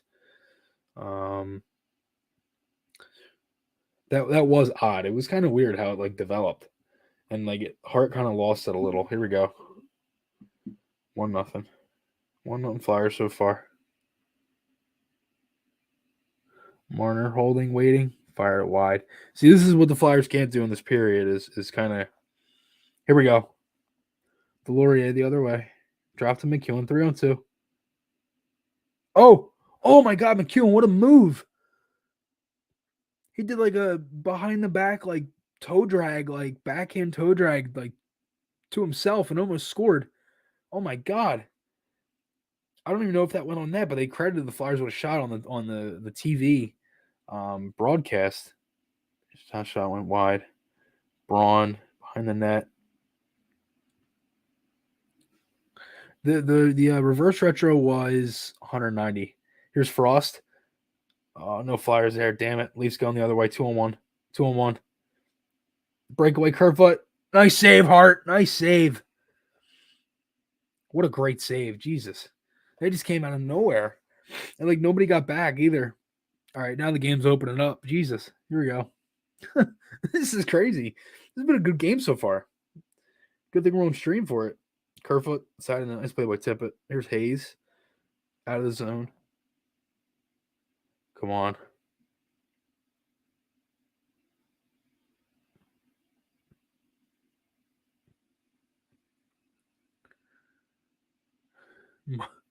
Money bags.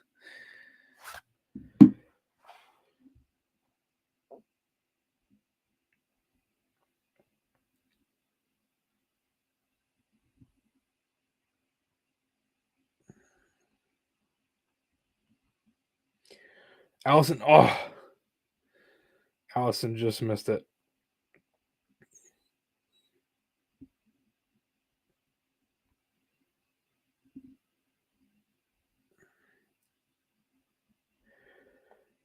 Hart with another nice save.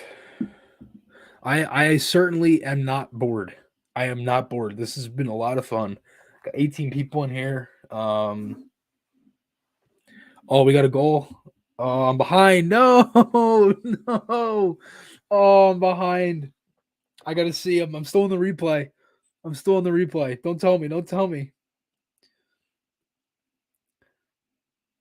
I don't know if it's a Leafs goal or a Flyers goal.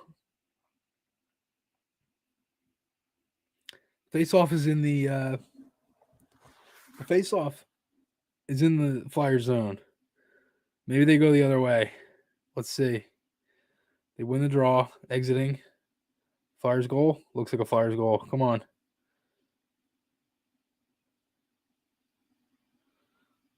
Uh-oh. I don't know if that guy was just messing with me or they actually scored. Oh, no goal. Yeah, I guess he's just messing with me then. See, I'm behind, so that's kind of the issue.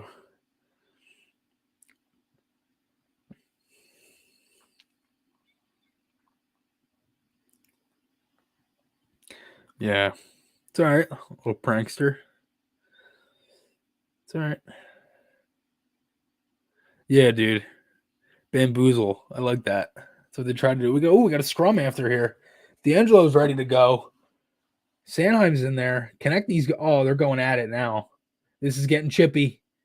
This is getting chippy, and the players are just fading into these digital boards that apparently the fans love. It's great. Just fading into it. Crazy, man. Fading into these boards. just going into them like it's nothing. There's a scrum after. There might be penalties here. Refs pointing.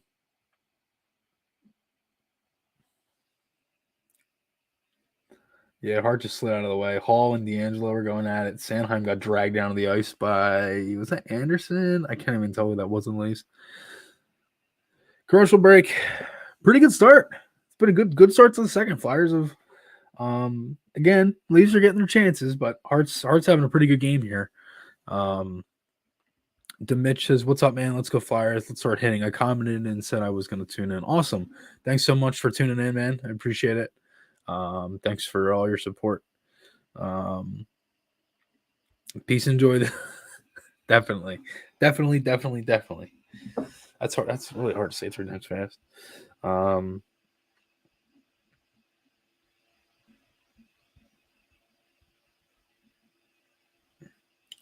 Sorry, typing in my notes real quick.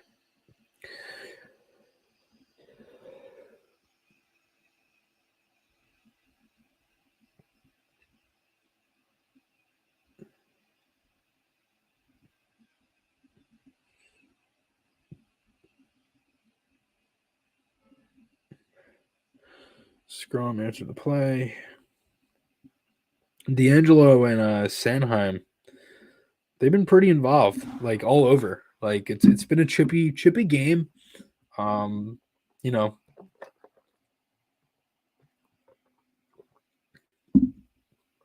yeah, I agree, Jason. And that's been part of the problem. You know, you've had too much of Hart keeping you in games, and that's the biggest thing is when Hart does that. He's at his best, and also they're just they're not playing as great, but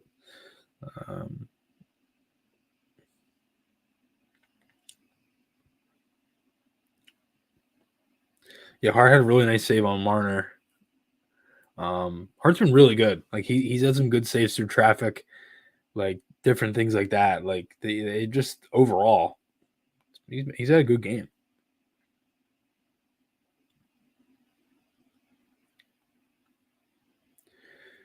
Yeah, they're showing the replays now. He's had some good saves, and that started because Hall was like digging in, and I think Holmberg, he was digging in as well. Old time hockey. Old time hockey. Flyers need to wake up. Counting on Hart a bit too much. Yes, definitely, Jason. I know we just talked about that, but Risto. Oh, let go in. Oh, I thought just went in. I thought Risto got his first point of the season, and I don't even mean to say that to be like they got 4-on-4 after that scrum, and Flyers had a chance to get a goal there.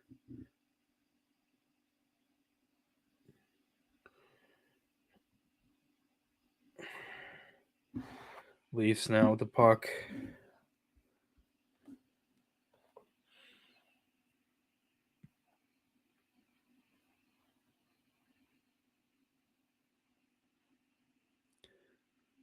Provy. Tippett. There we go. Flyers a 4-on-4. Got a minute left in this.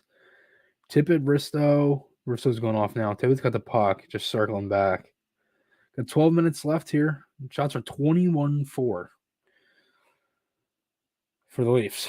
They have really turned it on. Flyers have one shot this whole period. Let's get some offense. Let's get some more offense. Come on. And that's the problem. You're just not going to get that much offense, but you can't have 4 shots or almost half of the game. That's not sustainable to win. Demitch, I've been following on Instagram for almost 10 years, no joke, probably like 6-8 years. I always saw you have the passion to keep rooting for the Flyers throughout the years. Let's go Flyers. Thank you, man. I appreciate that. That's awesome. Thank you so much. That means a lot to me because I've been doing this 8 years now today, actually, as YouTube. And my Instagram, I think I started in like 2018. I've had different ones, but the one that I have now Flyers got the puck now. Sanheim. Oh, Cates was there. Deflected out of play. Damn. That was close. It was a good shot. Good good play by Sanheim or Cates in front too. I think he got a stick on it. I don't know. Let me see. It was a good save by Samsonov too. It went up high. It was a good placement by Sanheim. I thought Cates kind of deflected it too. Howard, it's too bad our fourth line doesn't have more of a touch. They've had some good looks. Yeah, no, for sure. I mean, I think a good chunk of the lines have had some good ozone time. They just haven't been able to get shots off, or really any like quality chances. Leafs going up the way. And the next goal in this game is huge because Leafs are really taking this over, and shots wise at least, it's been nothing like too crazy, but they've had some looks. Here's Marner. Oh, I went wide. Flyers going the other way.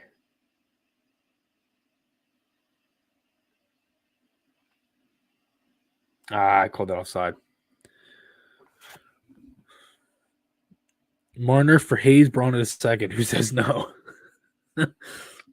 Sean, rope-a-dope strategy by the Flyers. We're lulling the Leafs with our offense in the second, only to explode in the third. Yeah, maybe. We'll see. Nick Delorier had the breakaway. We had a Delorier breakaway and a Nick Seeler breakaway in the month of December. This is Flyers hockey. This is what you experience with the Flyers. It's just crazy, man. Yeah, Leafs are buzzing. They might have called that. Yep, they called that on Frost. Holding on Frost or a hook.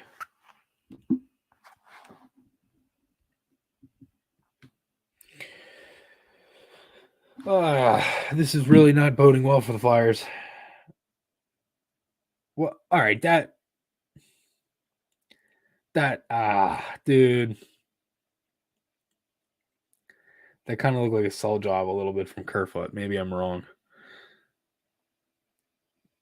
I don't know.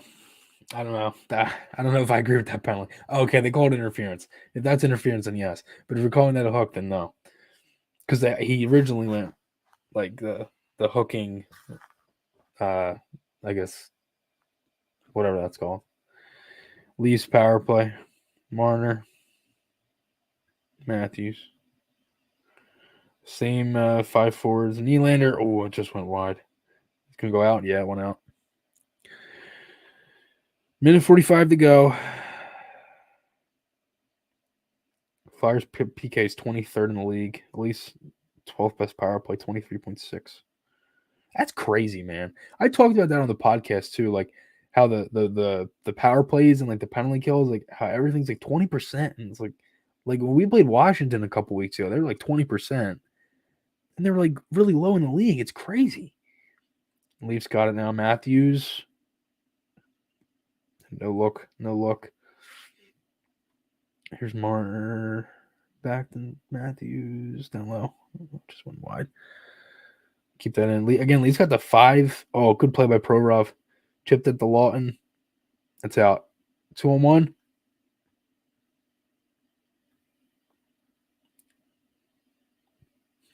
We're still letting just bulldoze Nylander.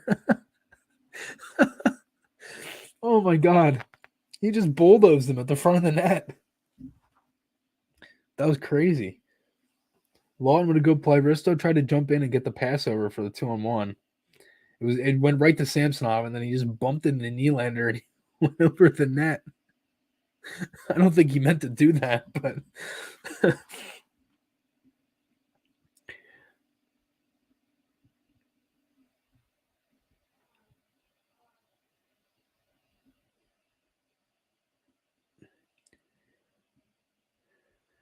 they're really limiting them on the power play. Like they aren't getting as many like they've had the puck, the Leafs, but Flyers are like good play. Here we go, Farabee. He's like 1-on-4. Just chip it deep. There we go. Nice play. Good kill. Good kill so far. Really good penalty kill. When they've at least got the puck, they've gotten it out, and Leafs have had majority of possession, but which is going to happen. I mean, you got 5 forwards. They're going to be all offensive minded, like, and they have no defenseman back either. So you might be able to catch him on a 2-on-1 break or something like that. Nice play by Brown. Good play, get it off the wall and get it out. Oh, Flyers behind the net. Trip. Power play. Power play. Delorier. Oh, I don't know if he got hurt on that.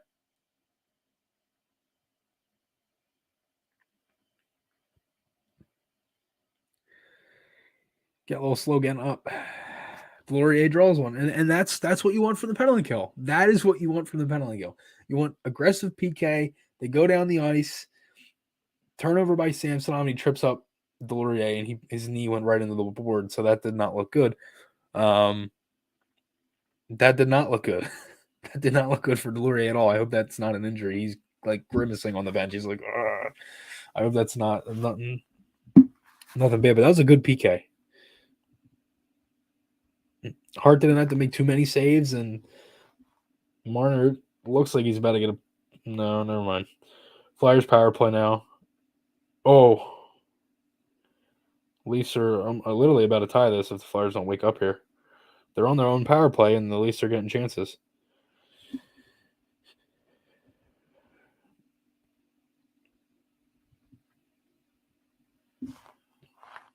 Keep it in. Here we go. Frost. Set it up. Minute 30 left. Flyers power play.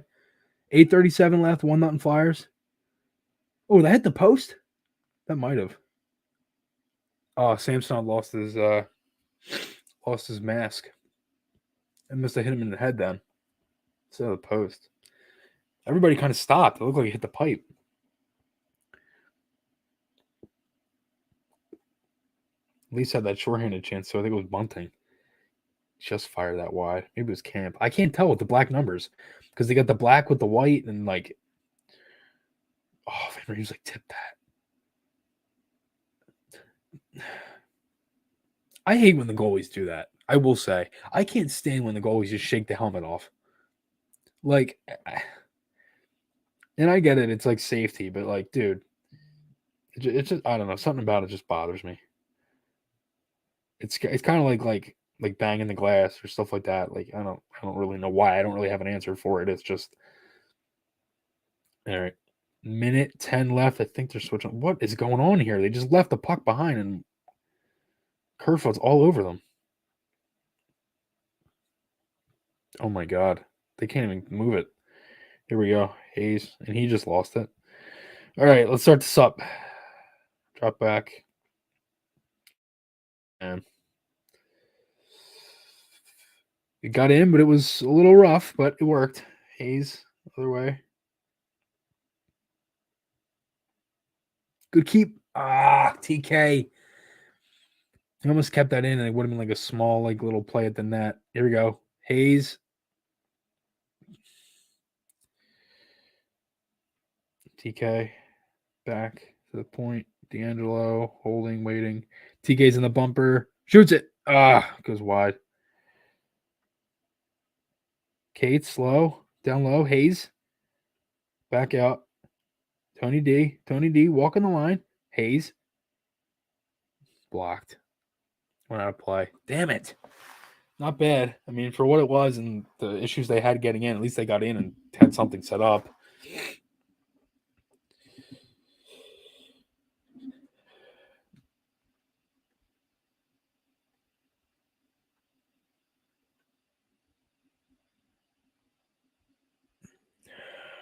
Scheduled Hayes turnover.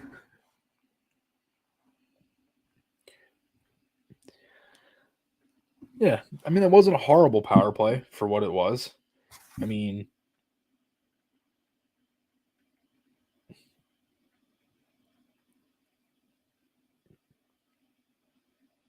still 1-0 Flyers here. 7 minutes left. 6:55 actually in the second period. Shots are 21-7 Leafs. Leafs haven't had a shot in a while. Flyers have, obviously the power play help. Here we go. Tippett with a nice play. Good play by Tippett. Getting back on Ben there. Jordy Ben, that is. Penalty now on the Flyers. I didn't see the play, but I saw the fans get up and like.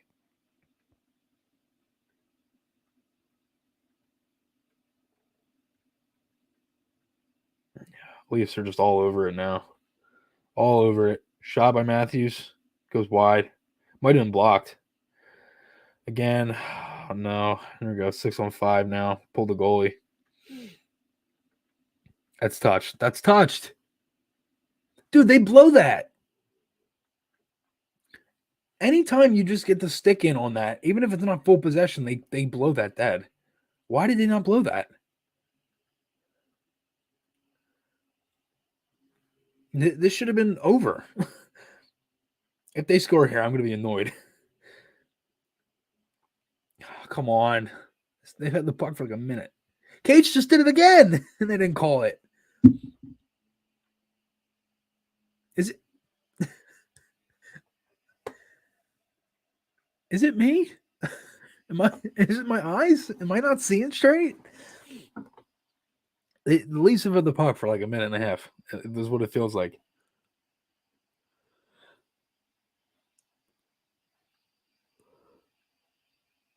And finally, they blow it dead. 5:13 left. Leafs are going to the power play. Yeah, like that's what I mean. Like they usually blow that dead. Like I don't know why they didn't. I mean, the Leafs didn't score anyway, and I'm fine because it goes later in the period anyway. But still, like if they scored that 6-1-5, it's like, well, that should have been blown dead. That goal doesn't count. I didn't even see the penalty, honestly. It looked like it was a hit along the wall. Maybe it was a high stick or something. It was the ref out in center ice that called it. He was the one who had his hand up. Unless both of them did, but the one that I saw had his hand up in center ice. I don't know, though. Refs selling. I don't know, Susan. I don't know what the penalty was. I'm not too sure. I'm surprised they didn't blow that dead, though. That's crazy. So still 1-0 Flyers. 5:13 left. Leafs are about to go to the power play after this commercial break. Pretty okay period. I mean, you need more offense, and they've struggled to get offense for most of the season. But you're still up, and now you keep taking penalties is the issue now. This is the Leafs' second power play of the period, or third of the game, second of the period.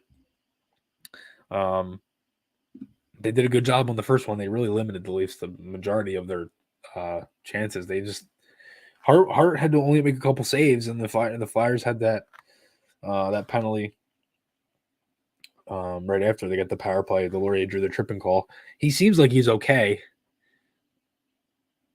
5:13 left, still 1-0. Game's back on now. No shots, Mega Mind meme. I don't remember the meme, but I'm sure it's funny.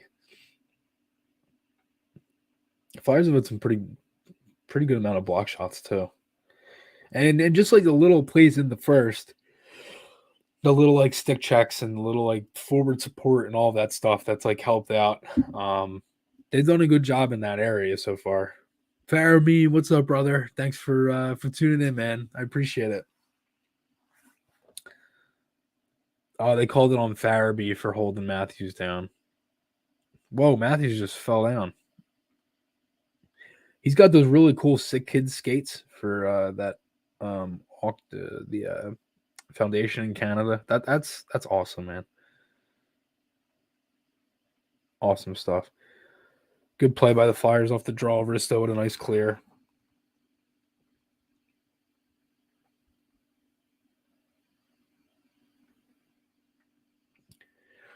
What do they call that? Holding? Interference? Could have been called both, really. Tripping? I mean, could have really been anything. Oh, that just went wide. Just deflected wide, I should say. Nylander low, Tavares. Back out to the point, Matthews. Marner's got it.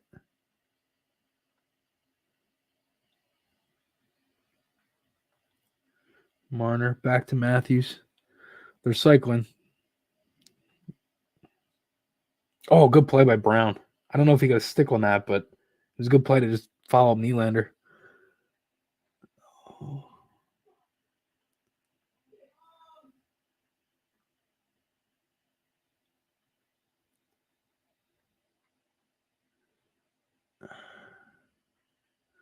Matthews. Back to Marner. 30 seconds. The Flyers got a pressure here. They're just sitting back. Oh, that's oh, there we go. Nice clear. Nice clear.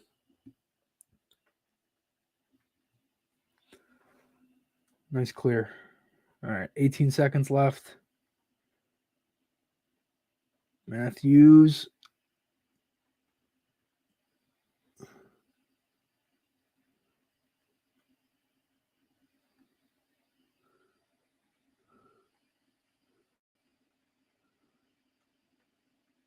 Ah, 1-1. Damn it. I don't know who scored that. It was only a matter of time, man. Flyers couldn't get it deep enough, and Yarncroak.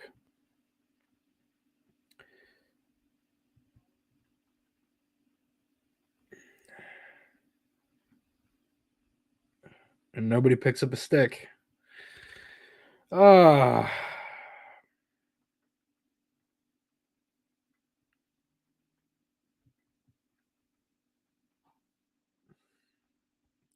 Both Sanheim and Provorov didn't even pick up a stick there.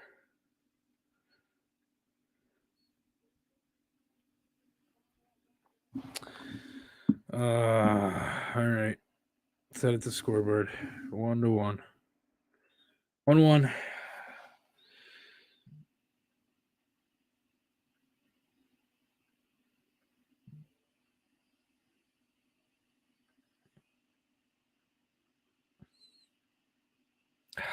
Damn, man.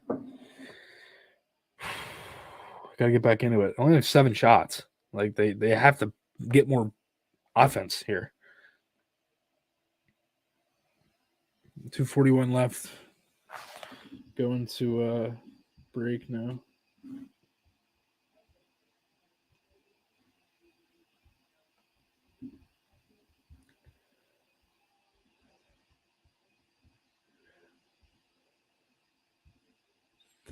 Somebody said they tagged me in the meme on Twitter. No shots. That's funny.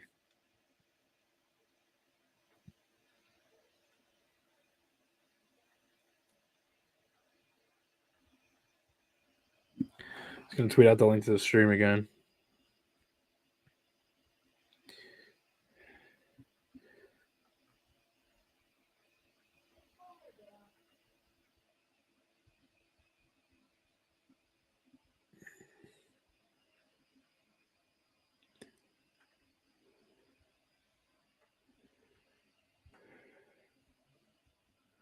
Tweeting this out. There we go. All right. Well. Okay. It's been a pretty bad period. I mean, for only having 7 shots and only having like 4 this period, and the Leafs have had majority of chances and tied it, and the Flyers keep taking penalties. Can't happen. It just can't happen to a team like the Leafs. It just can't. Unfortunately. It's damn. I mean, holding a 1-0 lead was not something that was sustainable for most of this game. It just wasn't.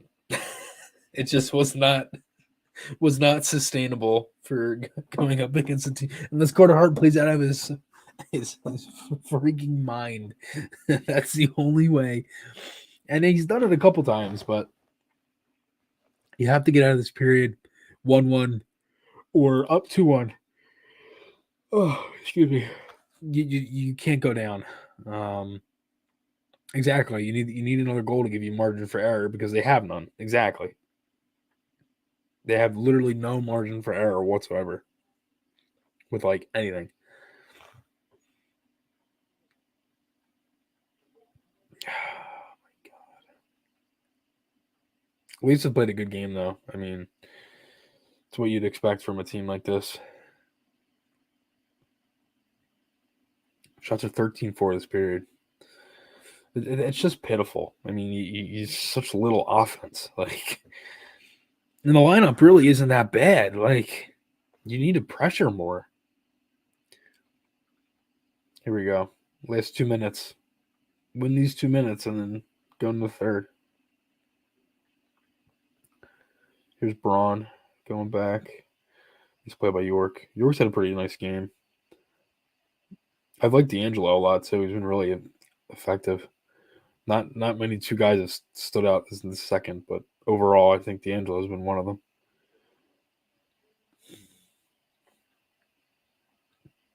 Oh my God! Come on, that's got to get out.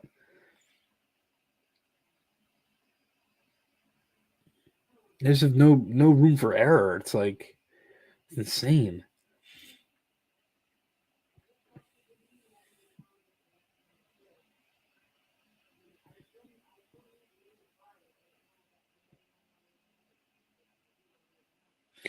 How does that not get out?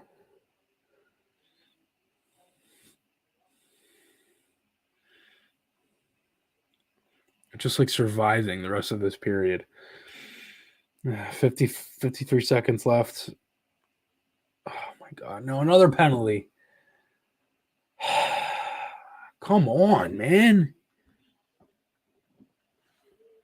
My God.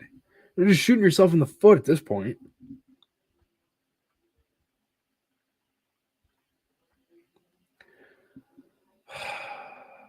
God, man. Can't keep taking these penalties. You can't keep putting a team like this on the power play.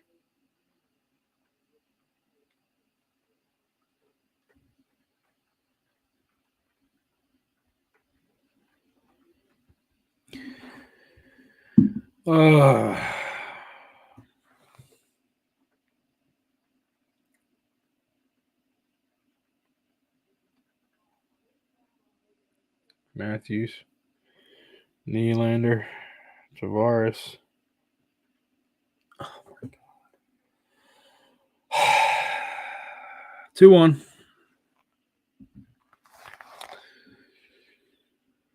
Oh my God, dude. You just can't. You can't keep taking penalties, man. You can't.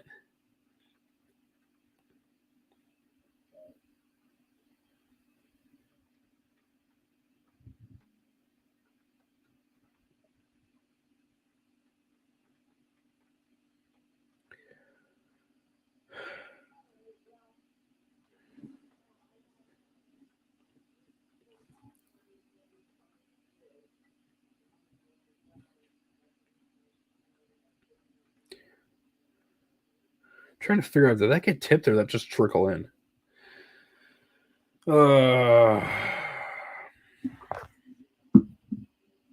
Set at the scoreboard.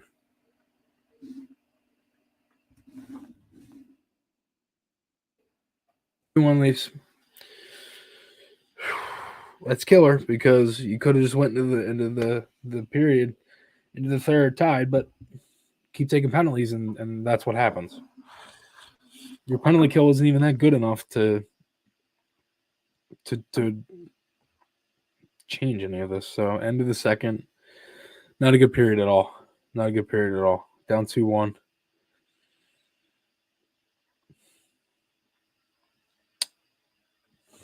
Too many penalties. That's the biggest thing. I mean, way too many penalties.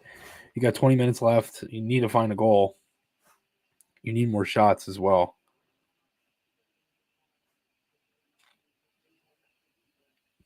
Just bad. Just real bad. Exactly. Look at the shots. And they're lucky it's 2-1. I think they're like 26-7 at the moment, whatever it is.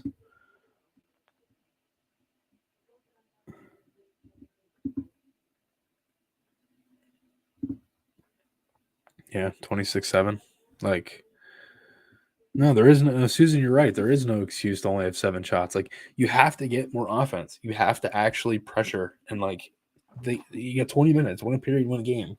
Like that's kind of what it is. Like, I wasn't expecting a win today anyway, but you know,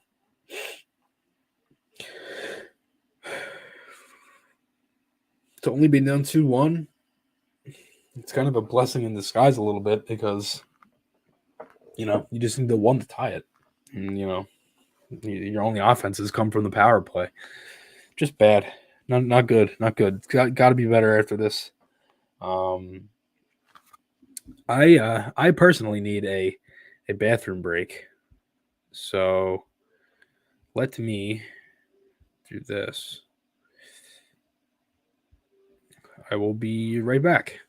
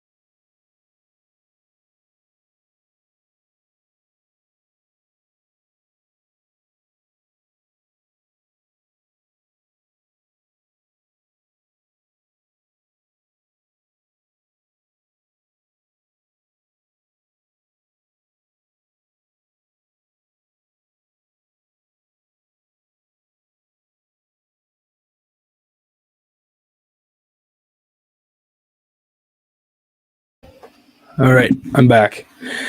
I had to put a hoodie on as well because I'm cold. Um, yeah, sorry about that. Had to do a small little bathroom break. Not a good period. Not a good period at all. Um,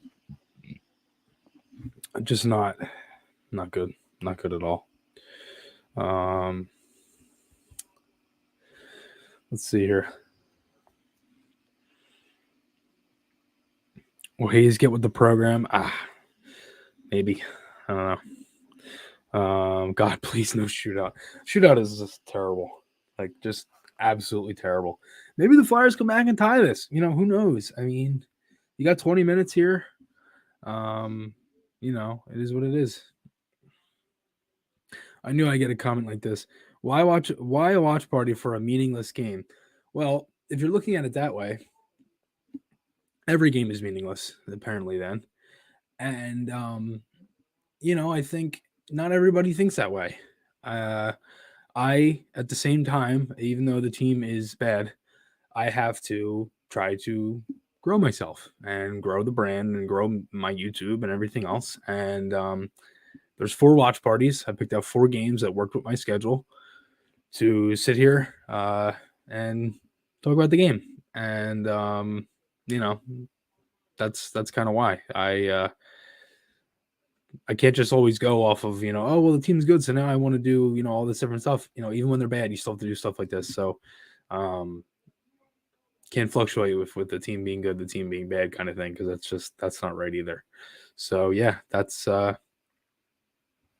of where I'm at. Every game is meaningless, but no, I mean, seriously, that's me, dude. Like, that's not even like I have to grow myself at the same time, even though the team is bad. And look, we've had a lot of people in here. We've had like up to like 25 people. We've had people all over from Saskatchewan, Manitoba, South Carolina, California. There's a couple that I'm missing. Um, and I love doing this stuff. It's a good thing. I respect the hustle. Thank you. I appreciate that. And again, and I don't mean to come off as like an a hole. I just that's just kind of where I'm at. But yeah, no, I mean, look, we got, and again, I just want to go through this, and I'm not trying to brag, but there was a guy in here from Manitoba, Texas. And I mentioned this, South Carolina, um, California was one. I'm trying to find that comment if I can. But anyway, it doesn't matter. You just get the point. I have I love doing this stuff. I love making content and doing these things, and I'm glad that there's been a good amount of people in here. Mr. Twister. Um, I was gonna watch it anyway, so it's nice to have other shares of misery. He's been in here since the beginning. Susan Lowe's been in here. Um, I'm just an angry longtime fan. Don't listen to me. No, look, I'm not gonna not listen to you. I think you're it's a valid question. Like it's not like it's anything that's like, oh, um they're so bad. Like, I knew it was gonna come, and that's not a shot at you, Evan. That's just, I knew it was gonna happen, and that's my answer. I just think I think it's important to still trying to grow at the same time and interact with the fans and stuff like that. And there's people who watch my videos after every game. There's people who tune into the podcast. It's not like it's just you know as bad as the team is, there's still going to be people who watch and all that stuff. So it is what it is.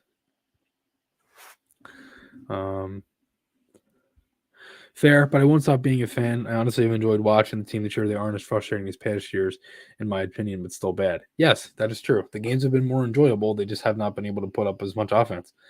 Um, and early in the year, they had some good games. They were able to come back and win some games, and you know they've done a real good job in some areas with some stuff, and at least keeping the games entertaining, even though they're still losing. But like periods like the second here were not great, and I have to edit the scoreboard as well. Put intermission here. Um,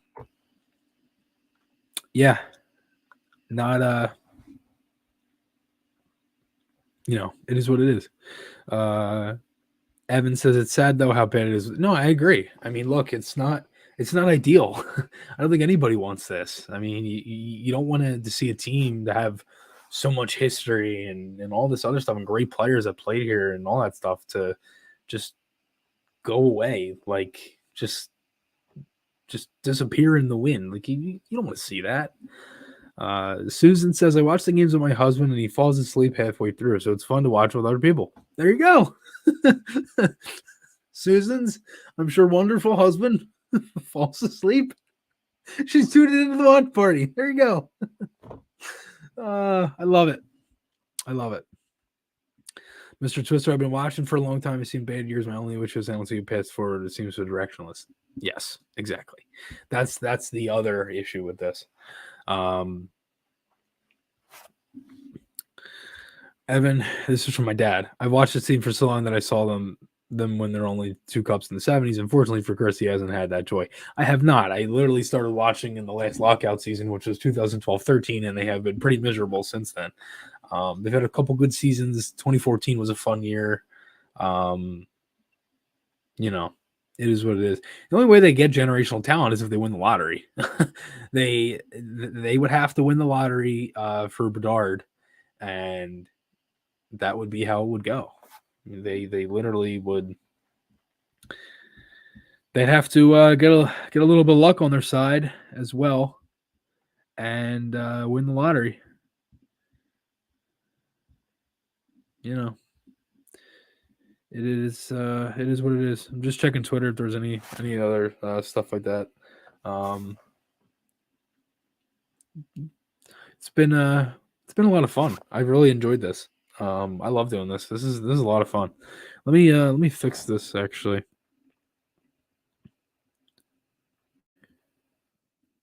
Oh no.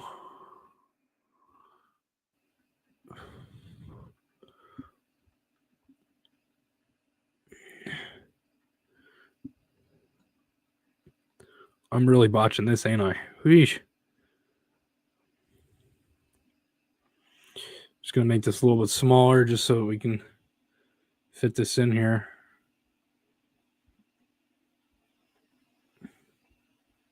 All right, now I'm off centered. Oh no.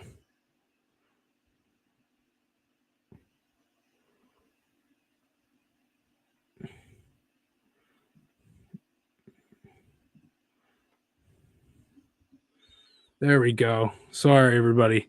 That really took me a while. I was having like a major brain fart with that.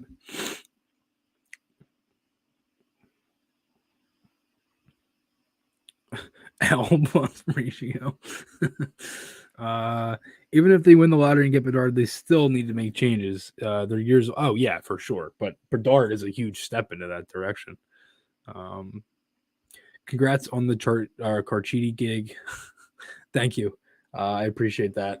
Sam's a very good guy. I've always enjoyed my encounters with him before, and he's really helped me a lot. I mean, outside of doing the stuff with Philly hockey now, and my stories coming Friday. My stories will be coming on Fridays for the site, and we'll be doing some post game stuff as well.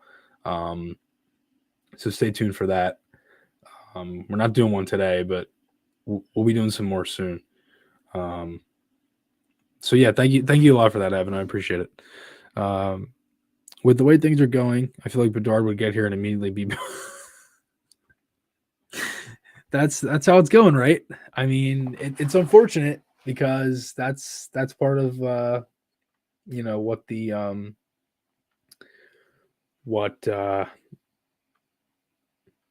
I guess that's part of what the Flyers are. It's really no other answer than that. Like, it's tough because that is what it is. Oh, you know what I forgot? I meant to wear this on stream, and as I drop another hat, oh god, this is where everything hits the fan. I got my Flyer Santa hat here. There we go. Now we're getting into the Christmas spirit.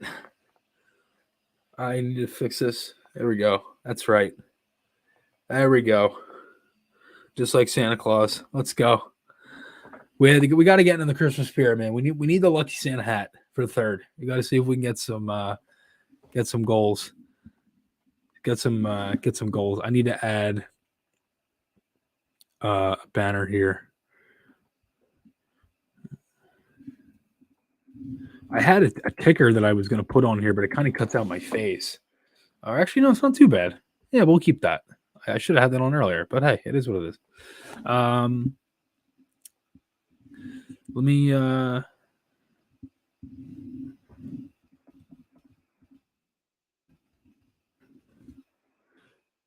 we go.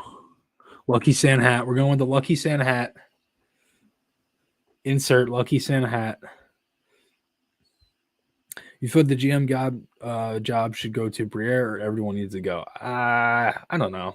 I mean, if it were to go to Briere, I don't know if it would be right away, or maybe they'd put somebody else in.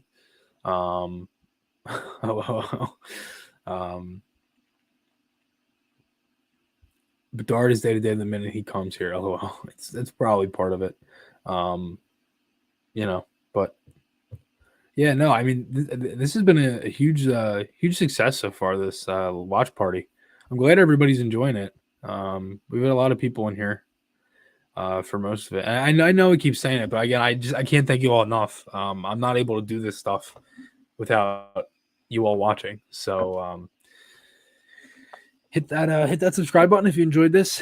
We got a period left, second intermission so far. Flyers and Leafs. Flyers down 2-1. Unfortunate. Tough period. Took too many penalties, and now Leafs took advantage of that, and now their Flyers are down. But you got 20 minutes at 30. In 20 minutes, gotta get it back. There's like 2.5 minutes. We're getting back into game time here.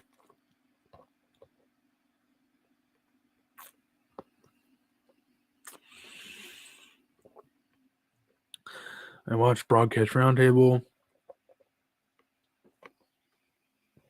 It was very interesting. They mentioned Danny as GM. It could be part of it.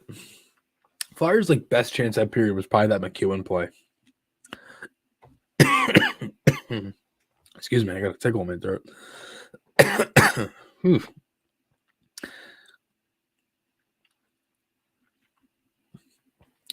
Too many penalties, man. Over under on the Flyers shots on third. I'll start debating at 2. I think they'll generate some looks. I mean, I don't think Torts is very happy that they only have 7 shots through 2 periods, but he can't do it for them. So they need to really come out and just like guns blazing, and just kind of go right at it. Closing out 2022 for the Flyers, they have Carolina tomorrow, San Jose, LA, and Anaheim to start. And wow, Kings are 0-4-1 against the Metro. San Jose's 3-10-5 at home. Carolina's on a 6-game win streak, so not going to be the best game tomorrow. At least doesn't look like it. Obviously, the game that got pushed back for the Flyers too is now a back-to-back against Toronto and Buffalo. Like, thanks. Another back-to-back, and put us up against the Leafs and the Sabres. This is fantastic.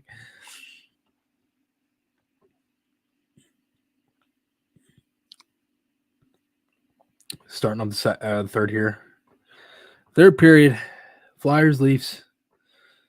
First ever watch party here on YouTube. Can't end this in a loss. Come on. I put that commercial out so many times. Somebody in the org's got to know I'm doing this. Somebody's got to know. Delorier is really giving those smelling salts along. Oh my gosh. Come on. They are 1-11 when trailing after the second period.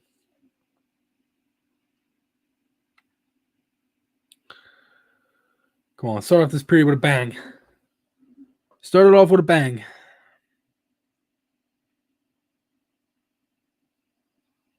Oh my God. Chat says 3-1.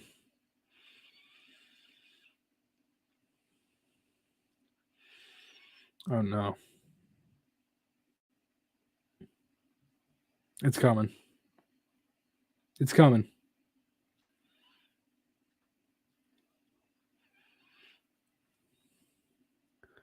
It's coming. I'm still waiting for it. There it is. 3-1. Yep. Oh.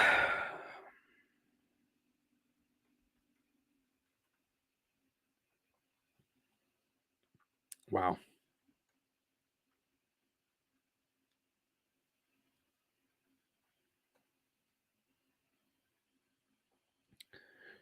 Everybody's just standing around. That's just great. All 5 guys standing.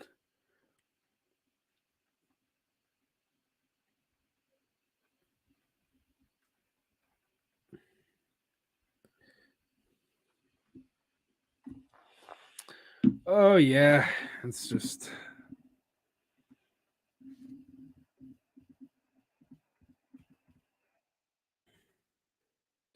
fantastic. This is just a lot of fun. All right. 8 shots. Wow. I just did update the score.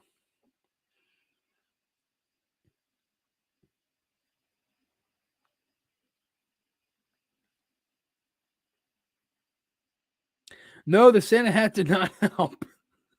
It was not the lucky Santa hat. Screw the Santa hat. Screw the Santa hat. Get rid of it. It's not lucky.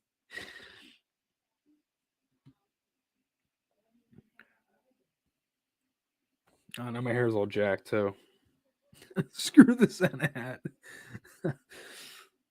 Just threw that across the room. All right. Down by 2. Dude, 8 shots. This is just pitiful. Come on.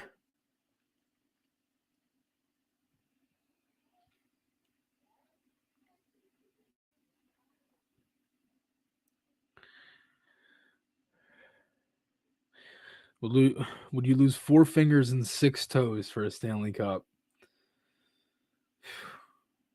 So that means it only have 6 fingers and 4 toes.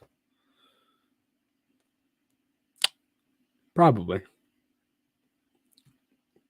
If it meant that they could win the cup, I'd do anything for a Stanley Cup at this point. Just maybe a good playoff run. Christ. Whopping 8 shots. Sheesh. This has been a lot of fun. It's about to be 7-1 by the time that I'm done the stream here.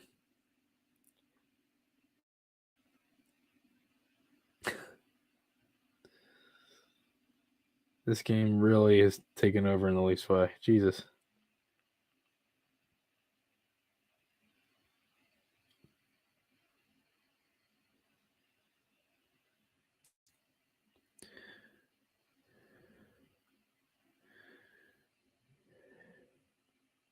I did just have the Wi-Fi thing up. I'm not sure if that was an issue, but I apologize if it was a little laggy. It is still raining in my area, and I think just raining all day today. 4-1 or 3-1 actually. Sorry. Here we go.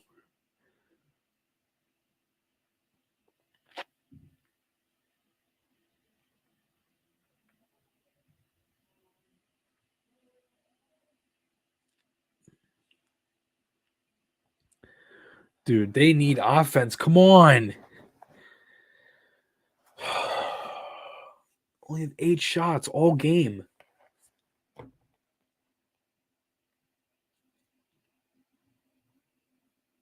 Oh my god, they almost put it in their own net. What is going on here? Come on. My gosh.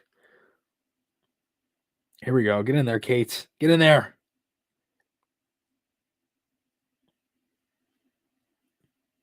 Kate?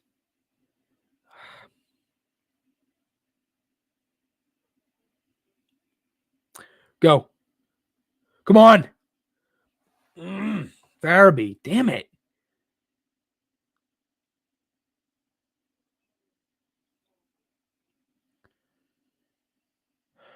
TK. Shoot that Braun. Sees it all the way. It was a good shift.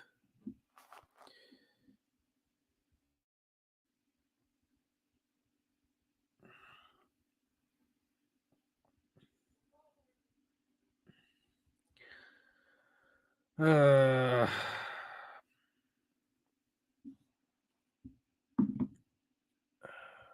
10 shots. 10 shots for the Flyers. 10 shots. I'm like a minute or two behind, so I do apologize if I'm a little behind. But the way I'm watching this and being in my room and everything, and I want to be in here for the background and all that. That was not the lucky Santa hat, Mr. Twitster. That was not. You are right, dude.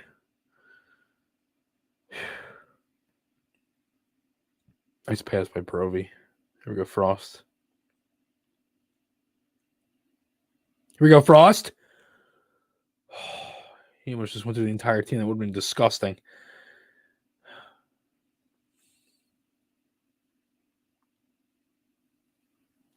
Three 1 15, 14, 52 left. Shots are 29-10 Leafs.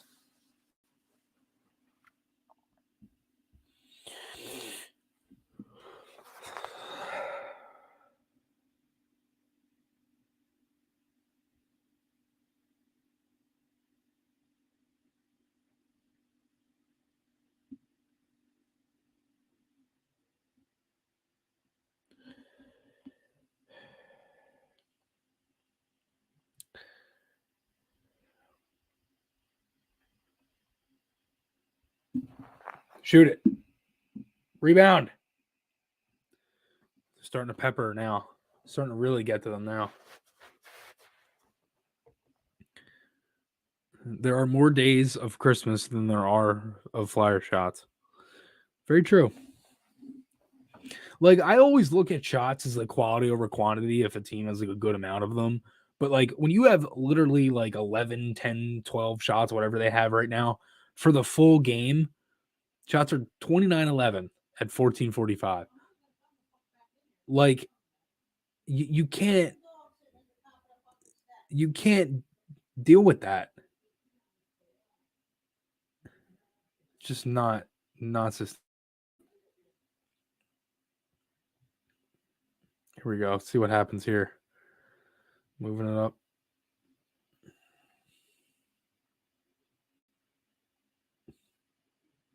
Oh my god. It can't get anything going. Like consistently. Like it was a good first period, but since it's just been all Leafs. Camp below. Who picked it? York? Turn around.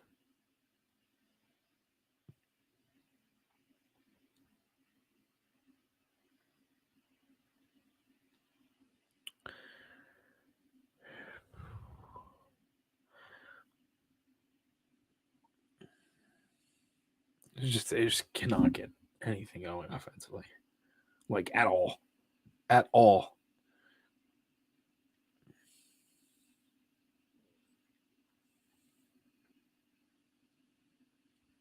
That was not the lucky Santa hat. I can't bring that out again. Thankfully, the next watch party is after Christmas because I can't do that.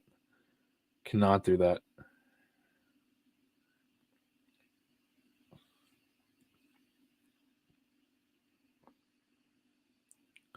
Dude, they just offside now. Brown getting into it. TV timeout now. Just this is rough. This is rough. I didn't expect it to be this like this pitiful, like have no shots type thing. Oh man, that's unfortunate.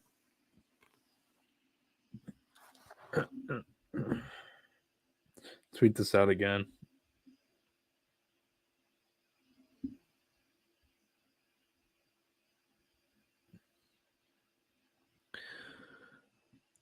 Burn that Santa hat. I can't. I cannot do that, man.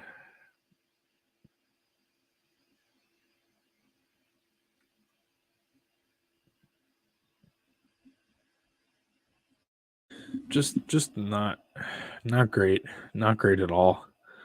Really just not. No. This has just not been fun.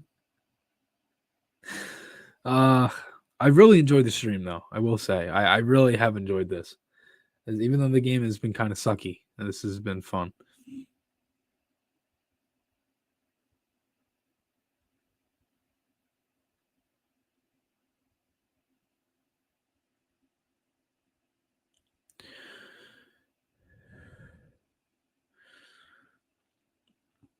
Just tweeted it out again.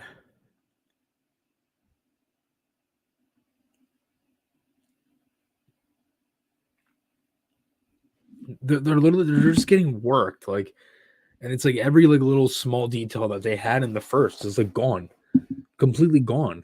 Like you can't be. It's not sustainable to play that way. Like you can't have your goalie bail you out every game.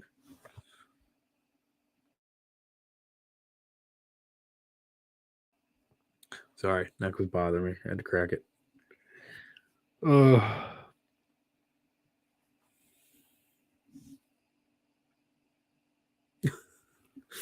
oh, that's unfortunate, man. Tilt this down a little bit.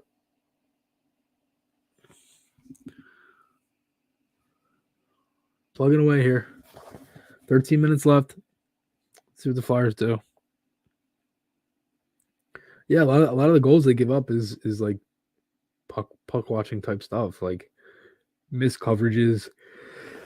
The Leafs' third goal is a prime example of it. They have to get one and then try for another one and get one relatively soon. I mean, they have enough talent to score. I mean, not score like that, but to score another goal, yeah. But they have enough talent to make smart plays to, get goals, but just don't finish either.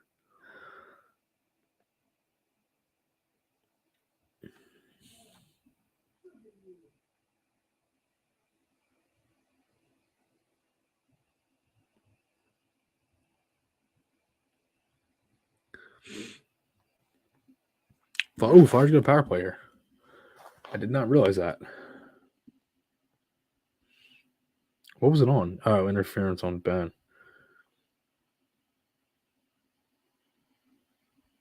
All right. Let's see. Let's see what happens. 1 for 2. Not too bad on the power play earlier. They had a couple good looks. The one in the second period, they had a few looks on, but let's see what they do here.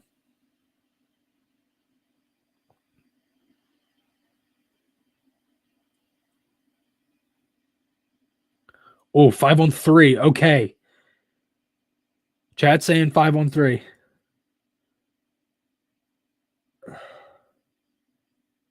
I'm a little behind.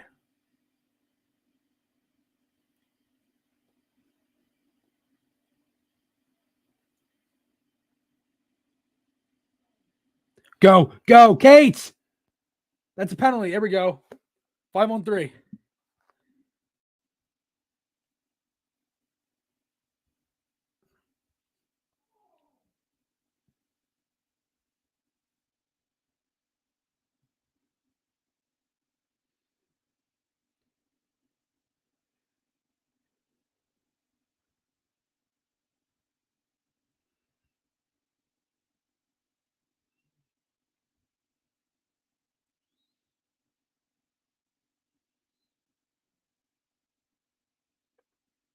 All right, 5-on-3 for like a minute 3.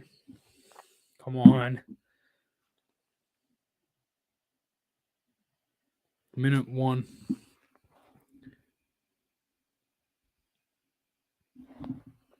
Come on. Hayes, D'Angelo, TK, Van Riemsdyk, and Frost. Need a goal here.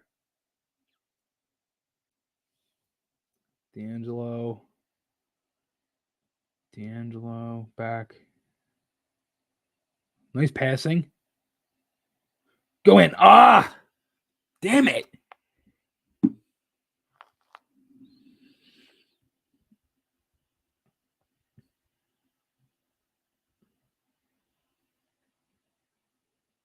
Here we go. Here we go.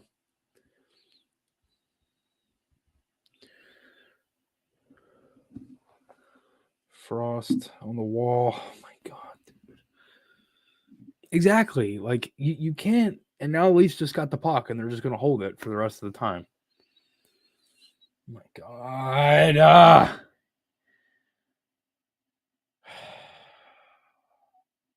All right, got a minute left.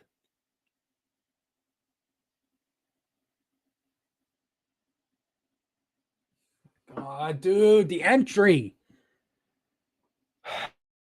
On.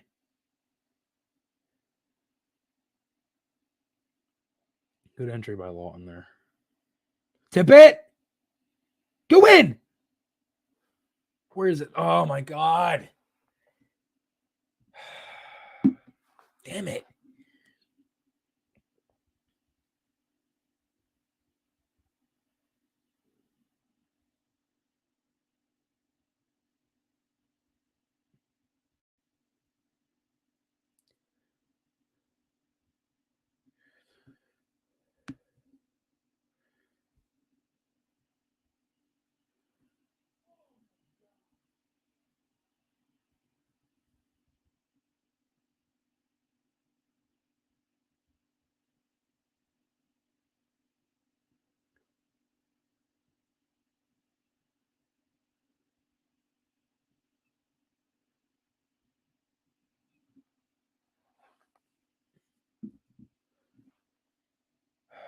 Come on. Oh my god. Dude, they just that was a prime opportunity. So they have 12 shots. Wow. Just incredible.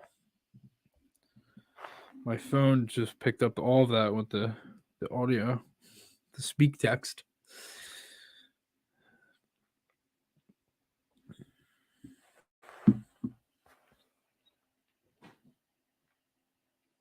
Oh, a little face off deke. Shoot that. Is that a penalty? I didn't call it. I didn't think they would. And it's killed off.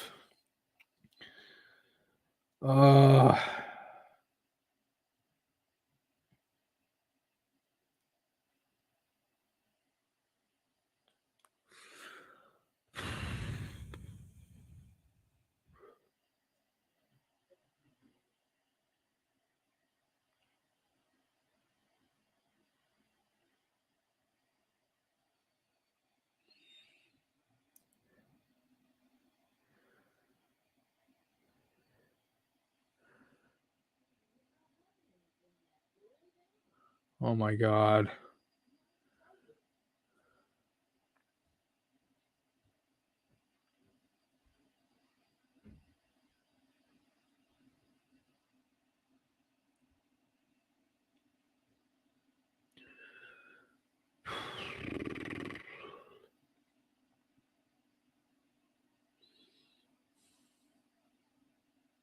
Come on, that's got to get out.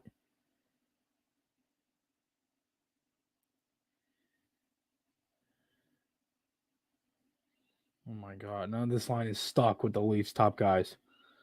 Fourth line. And they score. Oh my god. Great. Just great.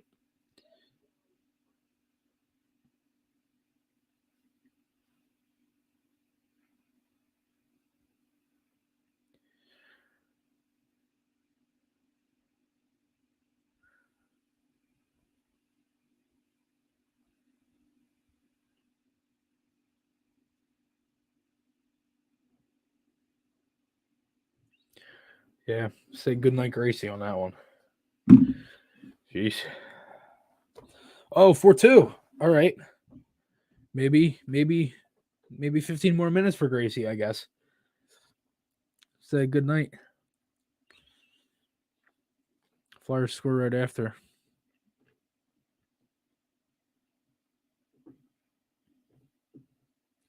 Yeah, I know. They're down 2 now.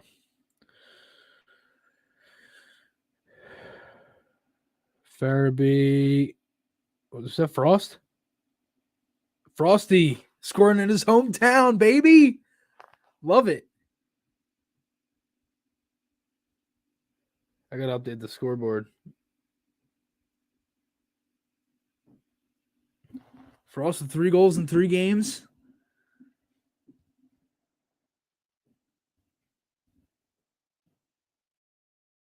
There we go. There we go. Nice. That's what you want to see. I don't know if that was offside. 3 goals in 3 games for Frost. Yes.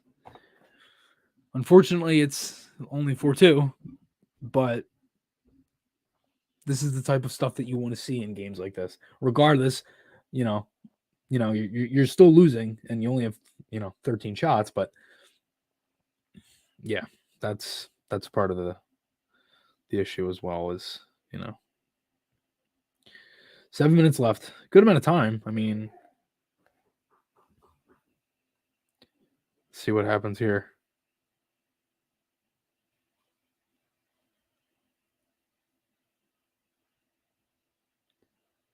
"22 seconds after."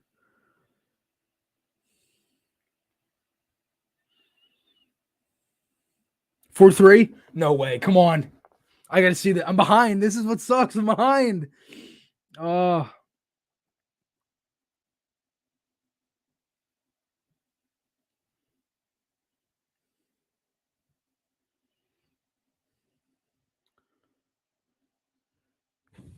I'm still behind. This is so aggravating.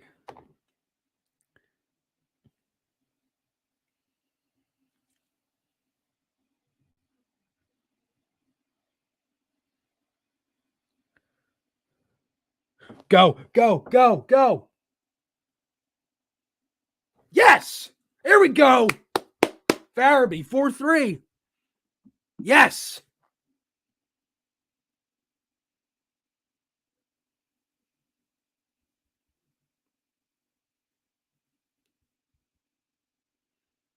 $6:36 left.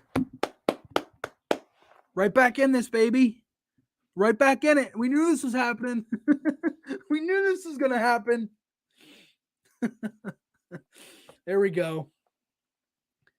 Yeah, Mr. Twister, seriously, dude, like, oh my God, you cannot underestimate the Leafs just collapse. This game was 4-1 like minutes ago, and now it's 4-3. Never a doubt. Never a doubt.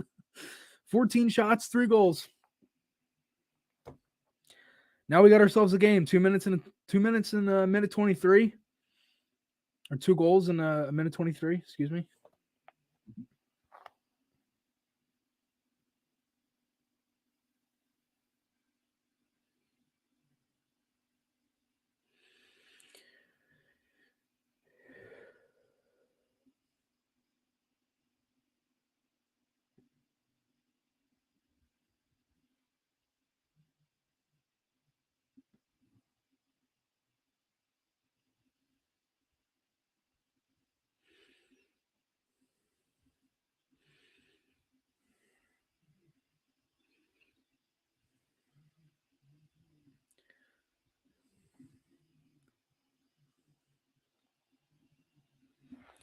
One more goal, guys. One more goal. Come on.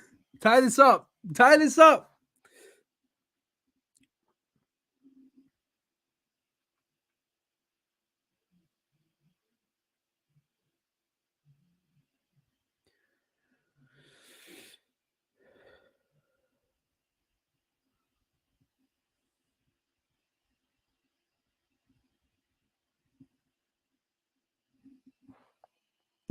One more goal, guys. Come on. Got like 6 minutes and change left. 2 quick goals. 2 goals in a minute 23. Flyers are back in this. Let's see what happens. Knowing that Leafs fans still exist makes it much more easier to be a Flyers fan. Yeah, it would be, man. Sean, it would be a modern day Christmas miracle. Yep, honestly. Farabee gets one, Frost gets one, 2 goals in a minute 23, and the Flyers are right back in this game. 6 minutes and change left. Let's see what happens. Let's see.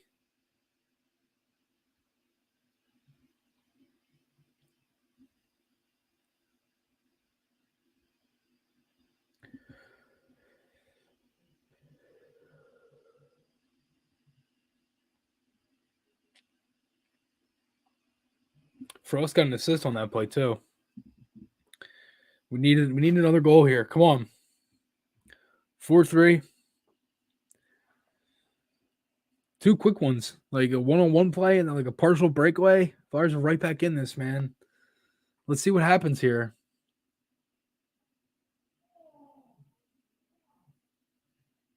My dad is just spoiling this entire thing. I can hear him screaming downstairs.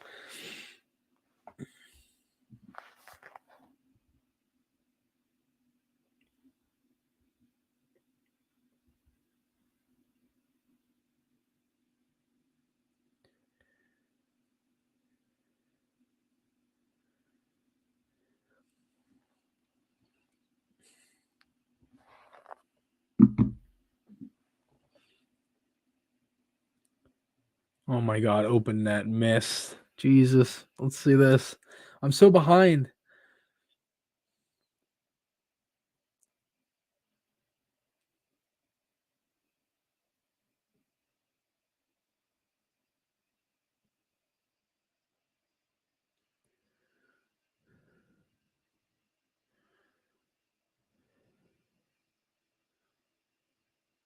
Oh my God. Oh my God, Farabee.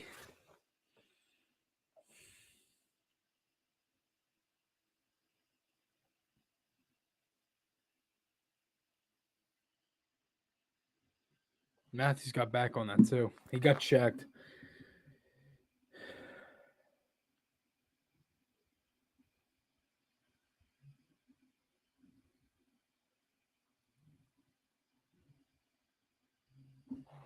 Oh my God. Damn it. Oh, it just missed the post.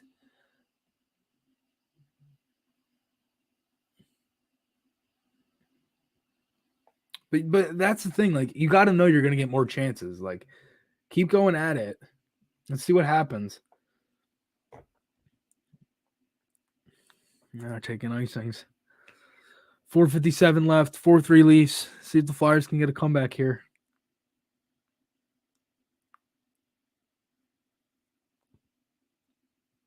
Man, come on.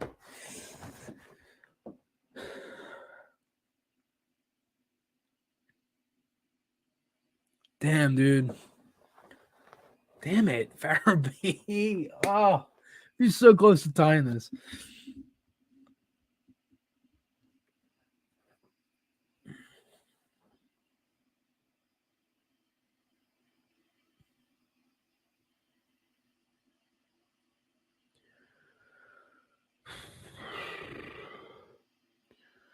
All right.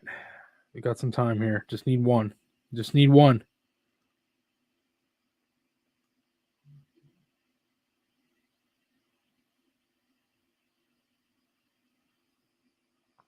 Come on. Sanheim, good keep. Hayes. I just missed Provorov. It was like all the way in front of him.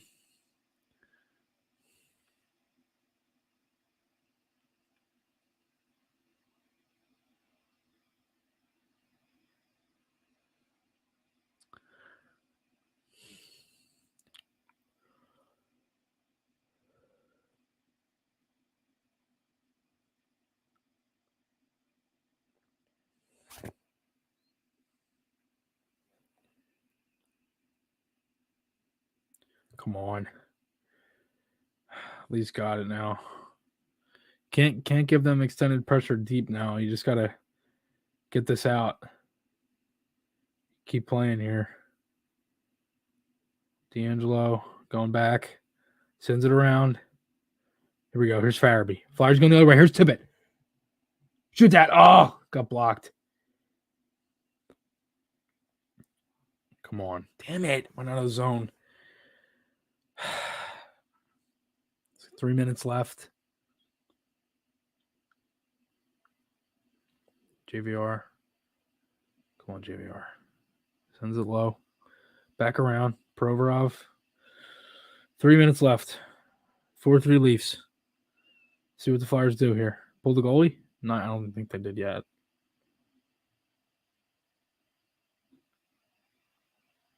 Empty net. I'd assume it's coming soon.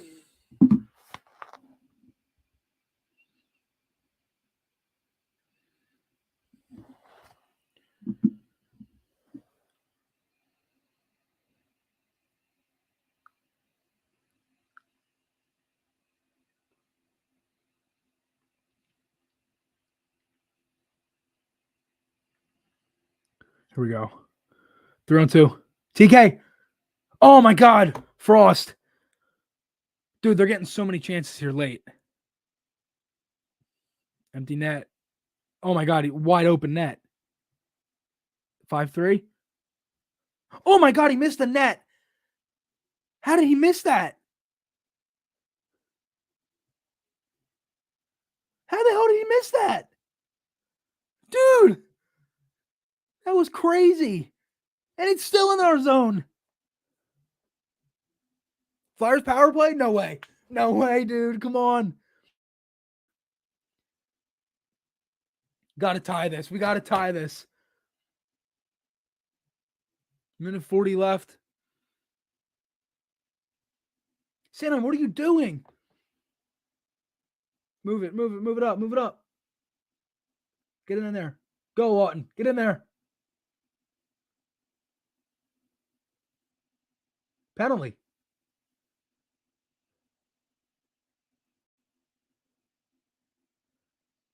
Minute. That's a penalty. Yes. Yes. Minute 10. Minute 10.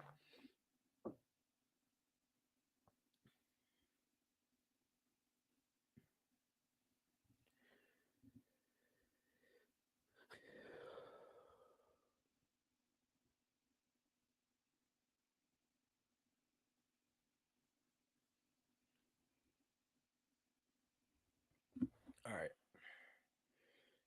Minute 10 left. Interference. Empty net. 6-on-4. To call timeout. Call a timeout here. Call a timeout.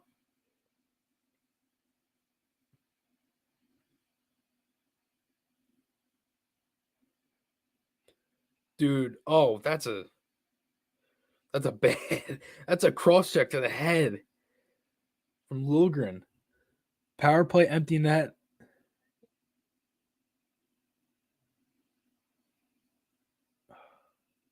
That's a bad penalty take, man. All right. Flyers have actually played a pretty decent third for what this is. The last 10 minutes have been pretty good. Power play, minute 10 left. Need a goal here, guys. Need a goal.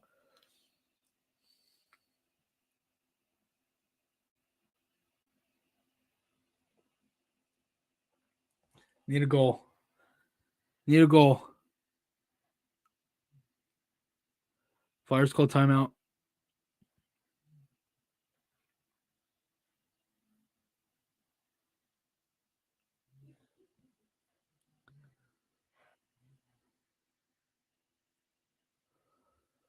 Six on 4. Come on.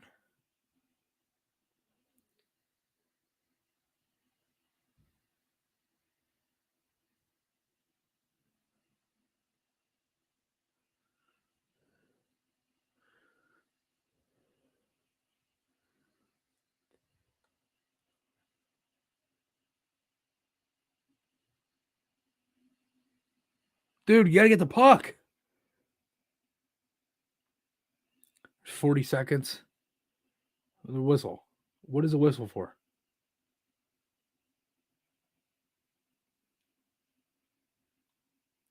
Why is Farabee going to the box? For what?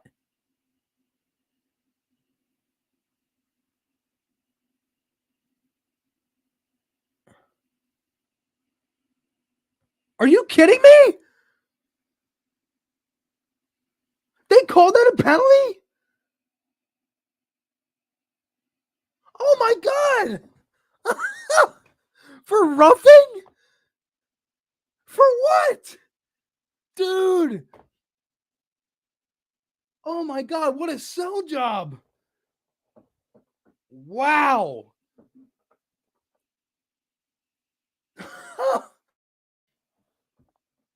Oh my God. That is just, oh man, that's just great. That's just great. Oh my God. This game's over now. Dude. I cannot believe they called that.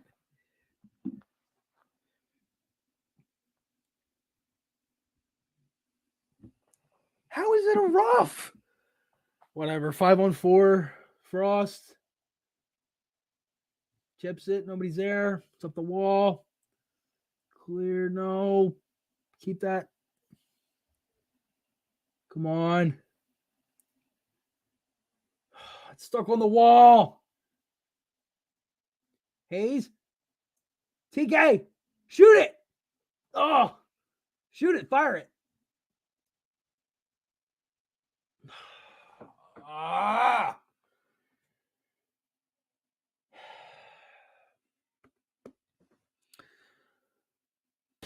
Well, that sucks.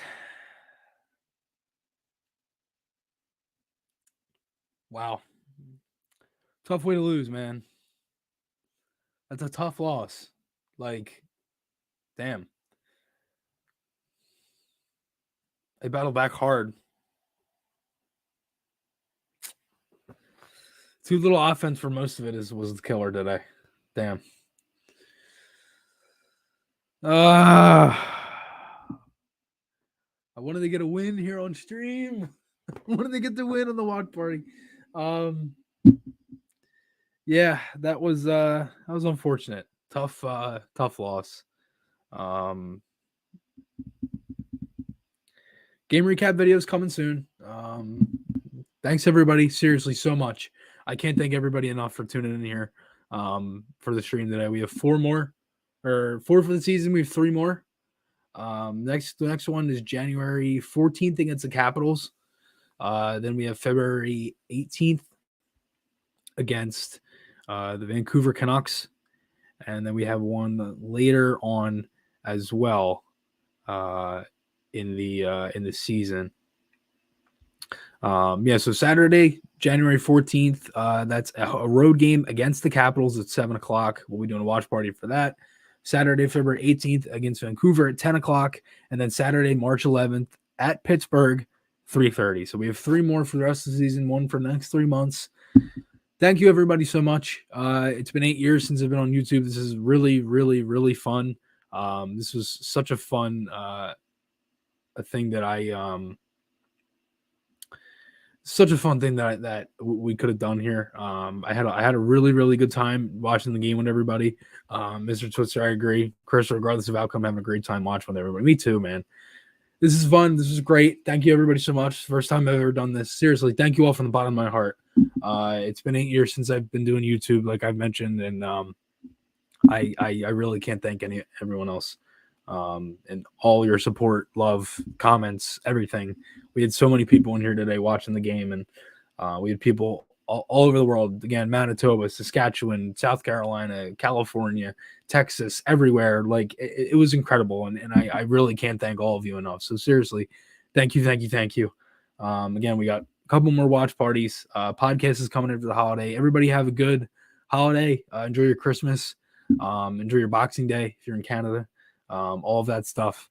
And thank you everybody so much. Remember, the podcast is coming soon. Check out the post-game video as well. Thank you guys, and I'll talk to you all again soon. Have a Merry Christmas and a good holiday. Thanks, guys.